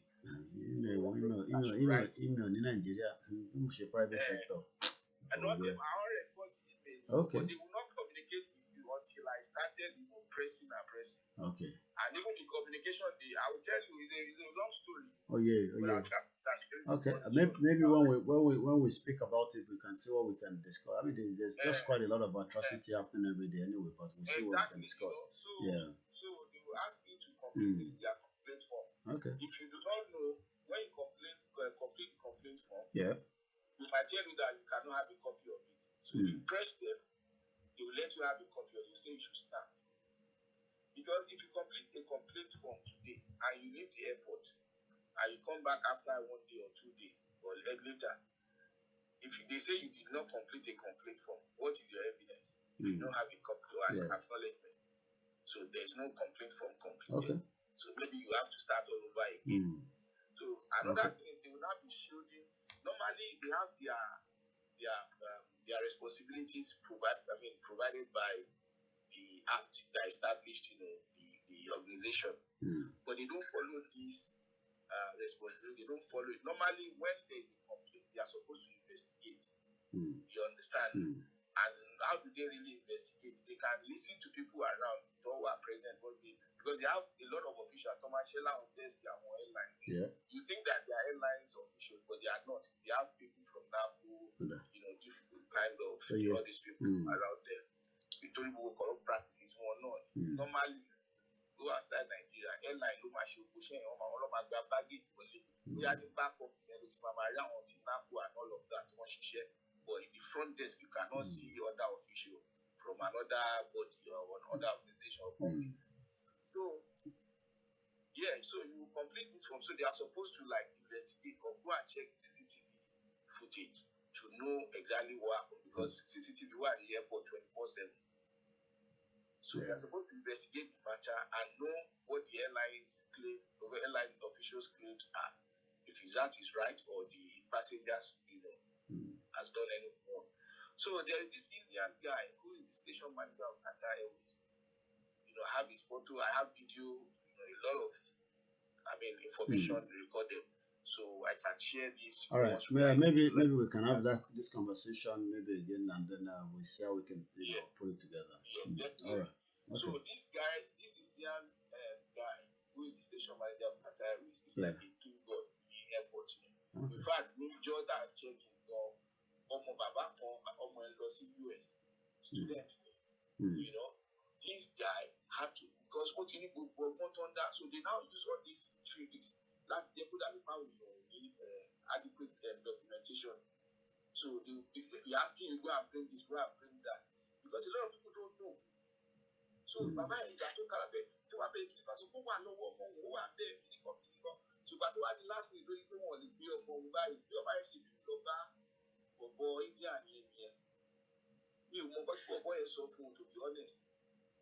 But more people smoke before Indian guy man he láti roll kìíní báyìí wọ́n ẹ̀ roll lọ sí roll kẹta ni. Mi ò sure bí ọ̀pọ̀ wọn kò ní ṣe rẹ̀ ní ìṣòwò ẹ̀sẹ̀ ò ní ṣe ṣe ìjọ ẹ̀. Ọ̀pọ̀ bá mi tó bá kúrò mẹ́rin ló máa dìde tó bá máa sùn tó máa jí. So my own case, I was traveling to Canada. So there's what they call a lifetime. To time constraint. So yeah. Yeah, I mean, I'm sure. Because number one, we are not traveling directly to Canada, so it's something we can complete in here. And even if it's not complete, that we completed, it's something that we can do on the queue in Canada. Okay. If you are a citizen, permanent resident, or somebody who is like under India Act in Canada. So, and I told this guy, but because they could not lift us, family of three. So he has to say that, we can also. He now said when he saw the Indian guy, he said, that guy has come back. There was nothing he could do. So we tried to approach for boy. He said I should move behind. All right. I think this conversation, maybe we should just speak about it again, and then we can be able to take it further, because of our time constraint on the program. Yeah. So what time you told you already? Yeah, I know. Yeah, I mean, we all know that there's a corruption in the whole system anyway. So, but maybe we can have this conversation maybe when we speak, behind the scene, and then we take it further. Okay, just give me the time you want me to. Well, I mean, it would have to be when I'm not on the program. So, because we've already spent about almost 13 minutes, and we're already running the program. We're just about closing the program. So I'm sure we can discuss it. Very strong with my other programs because well, I mean, we already been held at the moment now because we're just in the middle of the last conversation we're about to put through. But I mean, it's good that we have this conversation as well. So maybe we can discuss later. Okay, I'll try and call you later. So yeah. All right, then. That's fine. Okay, that's fine. Well, I mean, we all know there's always a problem in Nigeria. That's why we say we should just break away from Nigeria. I mean, I'm not sure whether, whatever the, I mean, yeah, you could complain and all that. Is it going to give the final result? I don't think so. It's a messed up country. The whole system is corrupt. What in time you go through it, thousands of people have gone through it. People have complained, nothing is going to change. Maybe this will change, I don't know. But let's see how we go. We're almost at the last stage of the biggest mega project in the world. So because we've had a conversation, we might have forgotten where we started. So I'm just going to put it back a little bit, not too much, so that, we get the hang of the last project. This is the number one. It's in China, and it's like building a whole new community entirely. In China, imitation is usually the sincerest form of flattery, but this may not be the case for several of China's less original construction projects. There are many copycat towns and structures throughout China, including replicas. There are many copycat towns, ìlú, structure, àwọn oríṣiríṣi nǹkan throughout China, including replicas of Venice. And we have ilé gogoro tẹ́kọ̀ ti wó kọ́kọ́ replica bí abẹ́ London City kan síbẹ̀ kọ́ wó bí omi ní Ondo State ní Ọ̀yọ́ State. But these are politicians that care less and have any love for you all. We appreciate the last caller, and just like we say, the whole country just needs to completely disintegrate. Because of Venice, London, the White House. Kódà wọ́n kọ́ White House gan sámi sí China. Replica of White House. Do you imagine that? Replica of London, White House, and people who live in these unique towns. They've turned their rural area into a modern White House in China. America. That's what they've done. That is exactly what China have done. It's coming up to almost, we hope to bring the program down at exactly 3:30, so we're just about 20 minutes away. We've run a bit behind the schedule. And more. People who live in these unique towns see them as a combination of the best things the world has to offer. People tó ń gbé ní agbègbè yìí, eléyìí ni à ń try láti sọ fáwọn tó wà nílé. Now, eléyìí yàtọ̀ sí gbogbo project àti ń wò látẹ̀kàn. Eléyìí agbègbè táwọn èèyàn ń gbé ni is a new town. And they see it as, wow, Eiffel Tower lágbègbè mi tí mo kàn ń wò báyìí. Mo ní láti wọ ticket láti lọ sí Paris. Mo ní láti lọ gba visa wọn. That is what China have done. In terms of ẹ̀yin tẹ́ wà nílé nìyẹn, Nigeria is a messed up country. And they can experience it all without leaving China. They can experience London inside Yoruba land without going to London. If Nigeria was truly working, we should have replicated every town with electricity, welfare, gas system, security, making sure that there's jobs, making sure that people are well taken care of. Arúgbó ni, ọmọdé ni, irú ẹ̀gbọ́n wa tó pè tán nísìn should not have any reason to even complain. The complaint should be, ẹ rántí pé mo nígbà tí mo lọ sí Glasgow lọ́dọ̀ Mayegun, I was refunded almost half of my train ticket. I think they refunded about 33, almost 34 pounds. Nínú bí 80 pounds tí mo ra ticket. Because there was just less than 15-minute delay. Ẹ̀gbọ́n tó pè tán nísìn experience a delay. Ẹ wo gbogbo tó go through stress. A family of 4. And this is happening on a daily basis. But what China has done is, they copycat every city, but they will not copy anything in Nigeria, but they will borrow Nigerian money. They will bring their prisoner to come and work in Nigeria, and Nigerians that wants to go to China, they will disrespect them. And you think we are living in a society that works. China only copy anything there in Nigeria.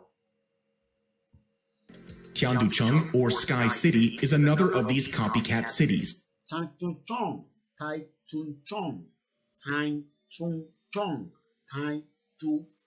is another city to copy. And we're going to come. And they just copy everything. Ìyàwó kan ní tá bá fẹ́ lọ láti Canada lọ Nigeria 24 hours. Is that a country?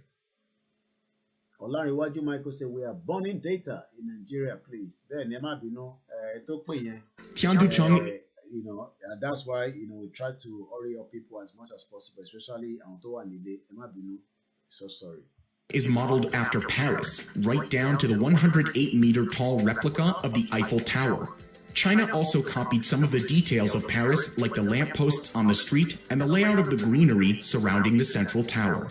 When it opened in 2007, it was meant to house 10,000 residents. However, as of 2013, only about 2,000 people lived. It was meant to house 10,000 residents. As at now, only 2,000 people don't be there. And you know, 10,000 you will estimate. However, as at 2013, 2,000 people don't be there. Due to its isolated location just outside of Hangzhou, it was basically a ghost town. It was a ghost town, but nonetheless, residency has slowly increased in recent years, and more people are moving to the copycat city. New developments have been added to accommodate the higher demand for residency. A metro station is expected. A metro station is expected to be open, I'm sure for what to open it. And that will then move more people straight into that ghost town. And before you know, it's no longer a ghost town. Whatever it doesn't matter. Nigeria to new or China, to open in Tianducheng in 2021, which should increase occupancy and help ease the isolation issue. In the future, China is shying away from these imitation projects. New bans introduced in 2020 limit these foreign building designs. They want to move away from imitating famous places and instead emphasize their own unique Chinese architecture. So, oni àtijọ́ ní àṣálẹ́ lẹ́ẹ̀kan sí gbogbo ẹni tó bá ń sọ pé Nigeria is working. It is entirely up to you to be deceived by Nigerians outside that are comfortable and telling you that you should not listen to us because we are just trying to create problem. The problem is already in Nigeria. The economy is down. The security is down. There is no welfare. There is no health care. There is no education. And your life is not guaranteed. But if you're able to run away, that's fine. Doesn't matter wherever you go around the world.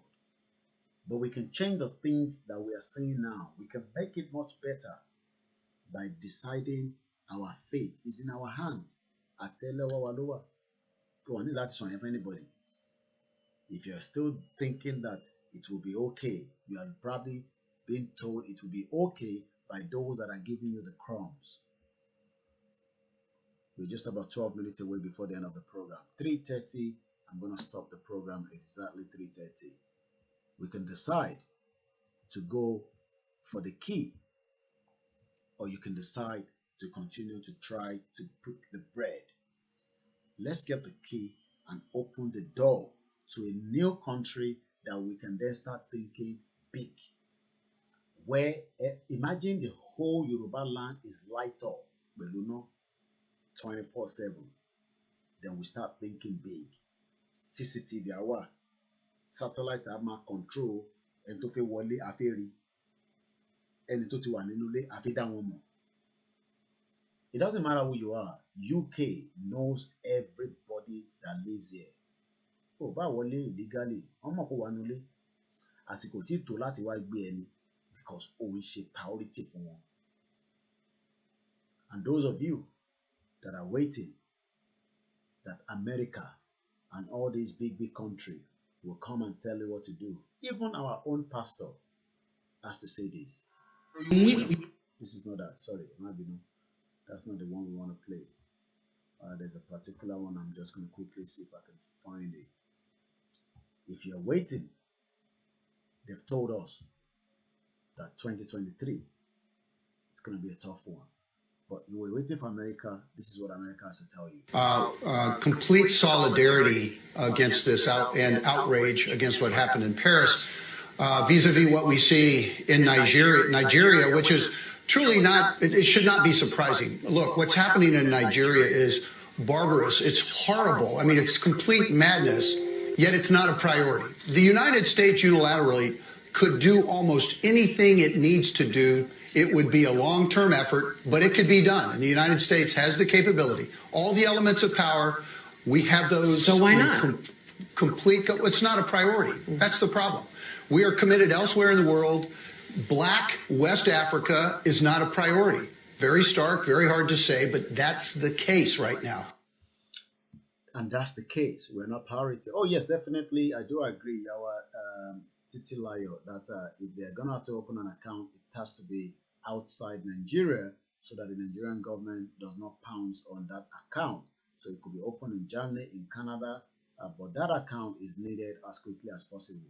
And those of you that are thinking that 2023 is going to come again, you might have to wait a bit longer because there's so much indication by everybody now that 2023 is just likely not to come. This is 2021. Some people are already getting ready to kill themselves over 2023. And they don't even know whether there will be 2023. They don't even know if there's 2023, whether they will still be around. There's nobody here who can say for sure that we will still be around by tomorrow. Nobody. It is God who determines who will still be around by 2023. Somebody said to me, sir, who do you think should be president in 2023? I said, president of where? He said, president of Nigeria. How are you sure there will be Nigeria in 2023? How are you sure? Can you swear? I pray there will be, so don't misquote me. But are you sure? Are you sure? Are you sure? And some of you will probably start buying your stuff in this kind of, quantity as Nigeria continues to get a little bit difficult for those of you at home. I will send this video by my backend team. Let's watch it together.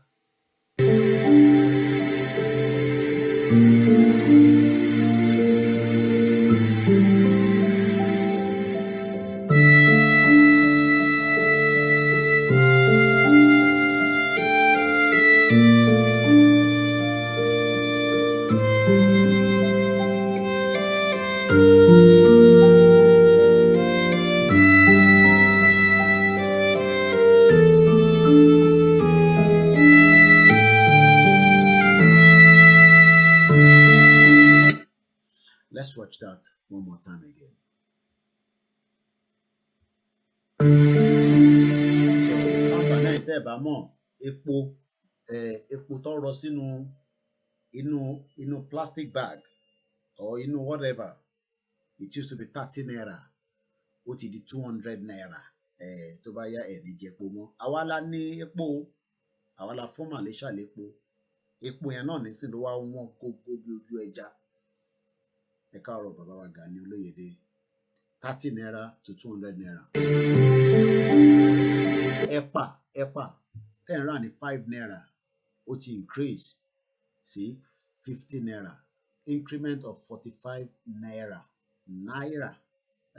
Láti 5 naira bó bá yá ẹ̀ ní jẹ́pà mọ́. A nílẹ̀ rẹpẹtẹ. Bàbá ọ̀lẹ́ ṣe fẹ́ gbin ẹ̀pà nígbà tí ó yẹ pé àwọn olórí burúkú Fúlàní wọ́n ń dẹran síbẹ̀. Àwọn tó jọ̀gá wọn lókè, àwọn yẹn ti pa economy.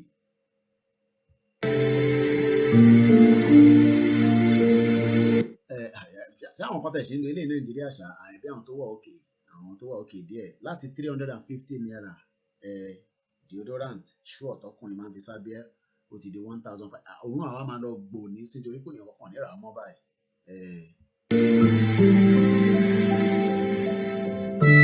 Spaghetti èèyàn mélòó ló ń jẹ?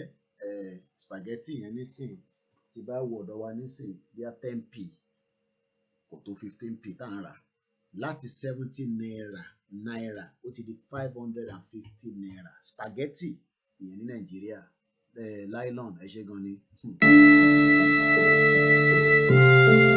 Ẹyin láti 15 naira ó ti di 80 naira. Níbo mi ó máa jù bẹ́ẹ̀ lọ bìkọ́ èèyàn kan pè wá lánàá nígbà tá a wà lórí ètò ó ní 100 naira lòún rà. Ẹyin ẹyọ kan ni ẹyin egg 15 naira ó ti di 80 naira. Nígbà tí a bá ní poultry, ẹni máa ṣe poultry ẹ need the constant 24 hours electricity. Without electricity, you cannot run a good poultry. Ṣáwọn èèyàn ṣì ń jẹ Titus. Láti 60 naira ó ti di 700 naira. So ó ṣó pé poverty yẹn ẹ ṣẹ̀ṣẹ̀ mẹ́yẹ bọ̀ lápò ni. Ó kù 4 minutes táwọn fi parí ètò yìí. Ọ̀pọ̀lọpọ̀ èèyàn nílò ẹ jẹ́ máa lọ lọ́ṣẹ dúdú. Ìtòrí eléyìí láti 25 naira ó ti di 200 naira. Ẹ jẹ́ máa lọ lọ́ṣẹ dúdú. Good morning, Bashiru Mustapha. Ṣáwọn èèyàn ṣì ń jẹ Blue Band wọ́n ní láti 150 naira ó ti di 1,000 naira. Ọ̀pọ̀lọpọ̀ àwọn àǹtí wa yìí, sista wa yìí, àbúrò mi tẹ́ wà ń lé wọ́n ní páàdì tẹ́ ń lò láti 120 naira ó ti di 700. Ṣé wọ́n nílò mọ́ báyìí nísìnyí àbí báwo? Kí ló máa ṣẹlẹ̀? Nítorí pé gbogbo àwọn wa la mọ̀ pé tó bá di oṣù kọ̀ọ̀kan àwọn ìyá wa, àwọn àǹtí wa, àwọn àbúrò wa, this is a normal norm. It has to be used. Ṣé wọ́n nílò mọ́ ni? I don't know.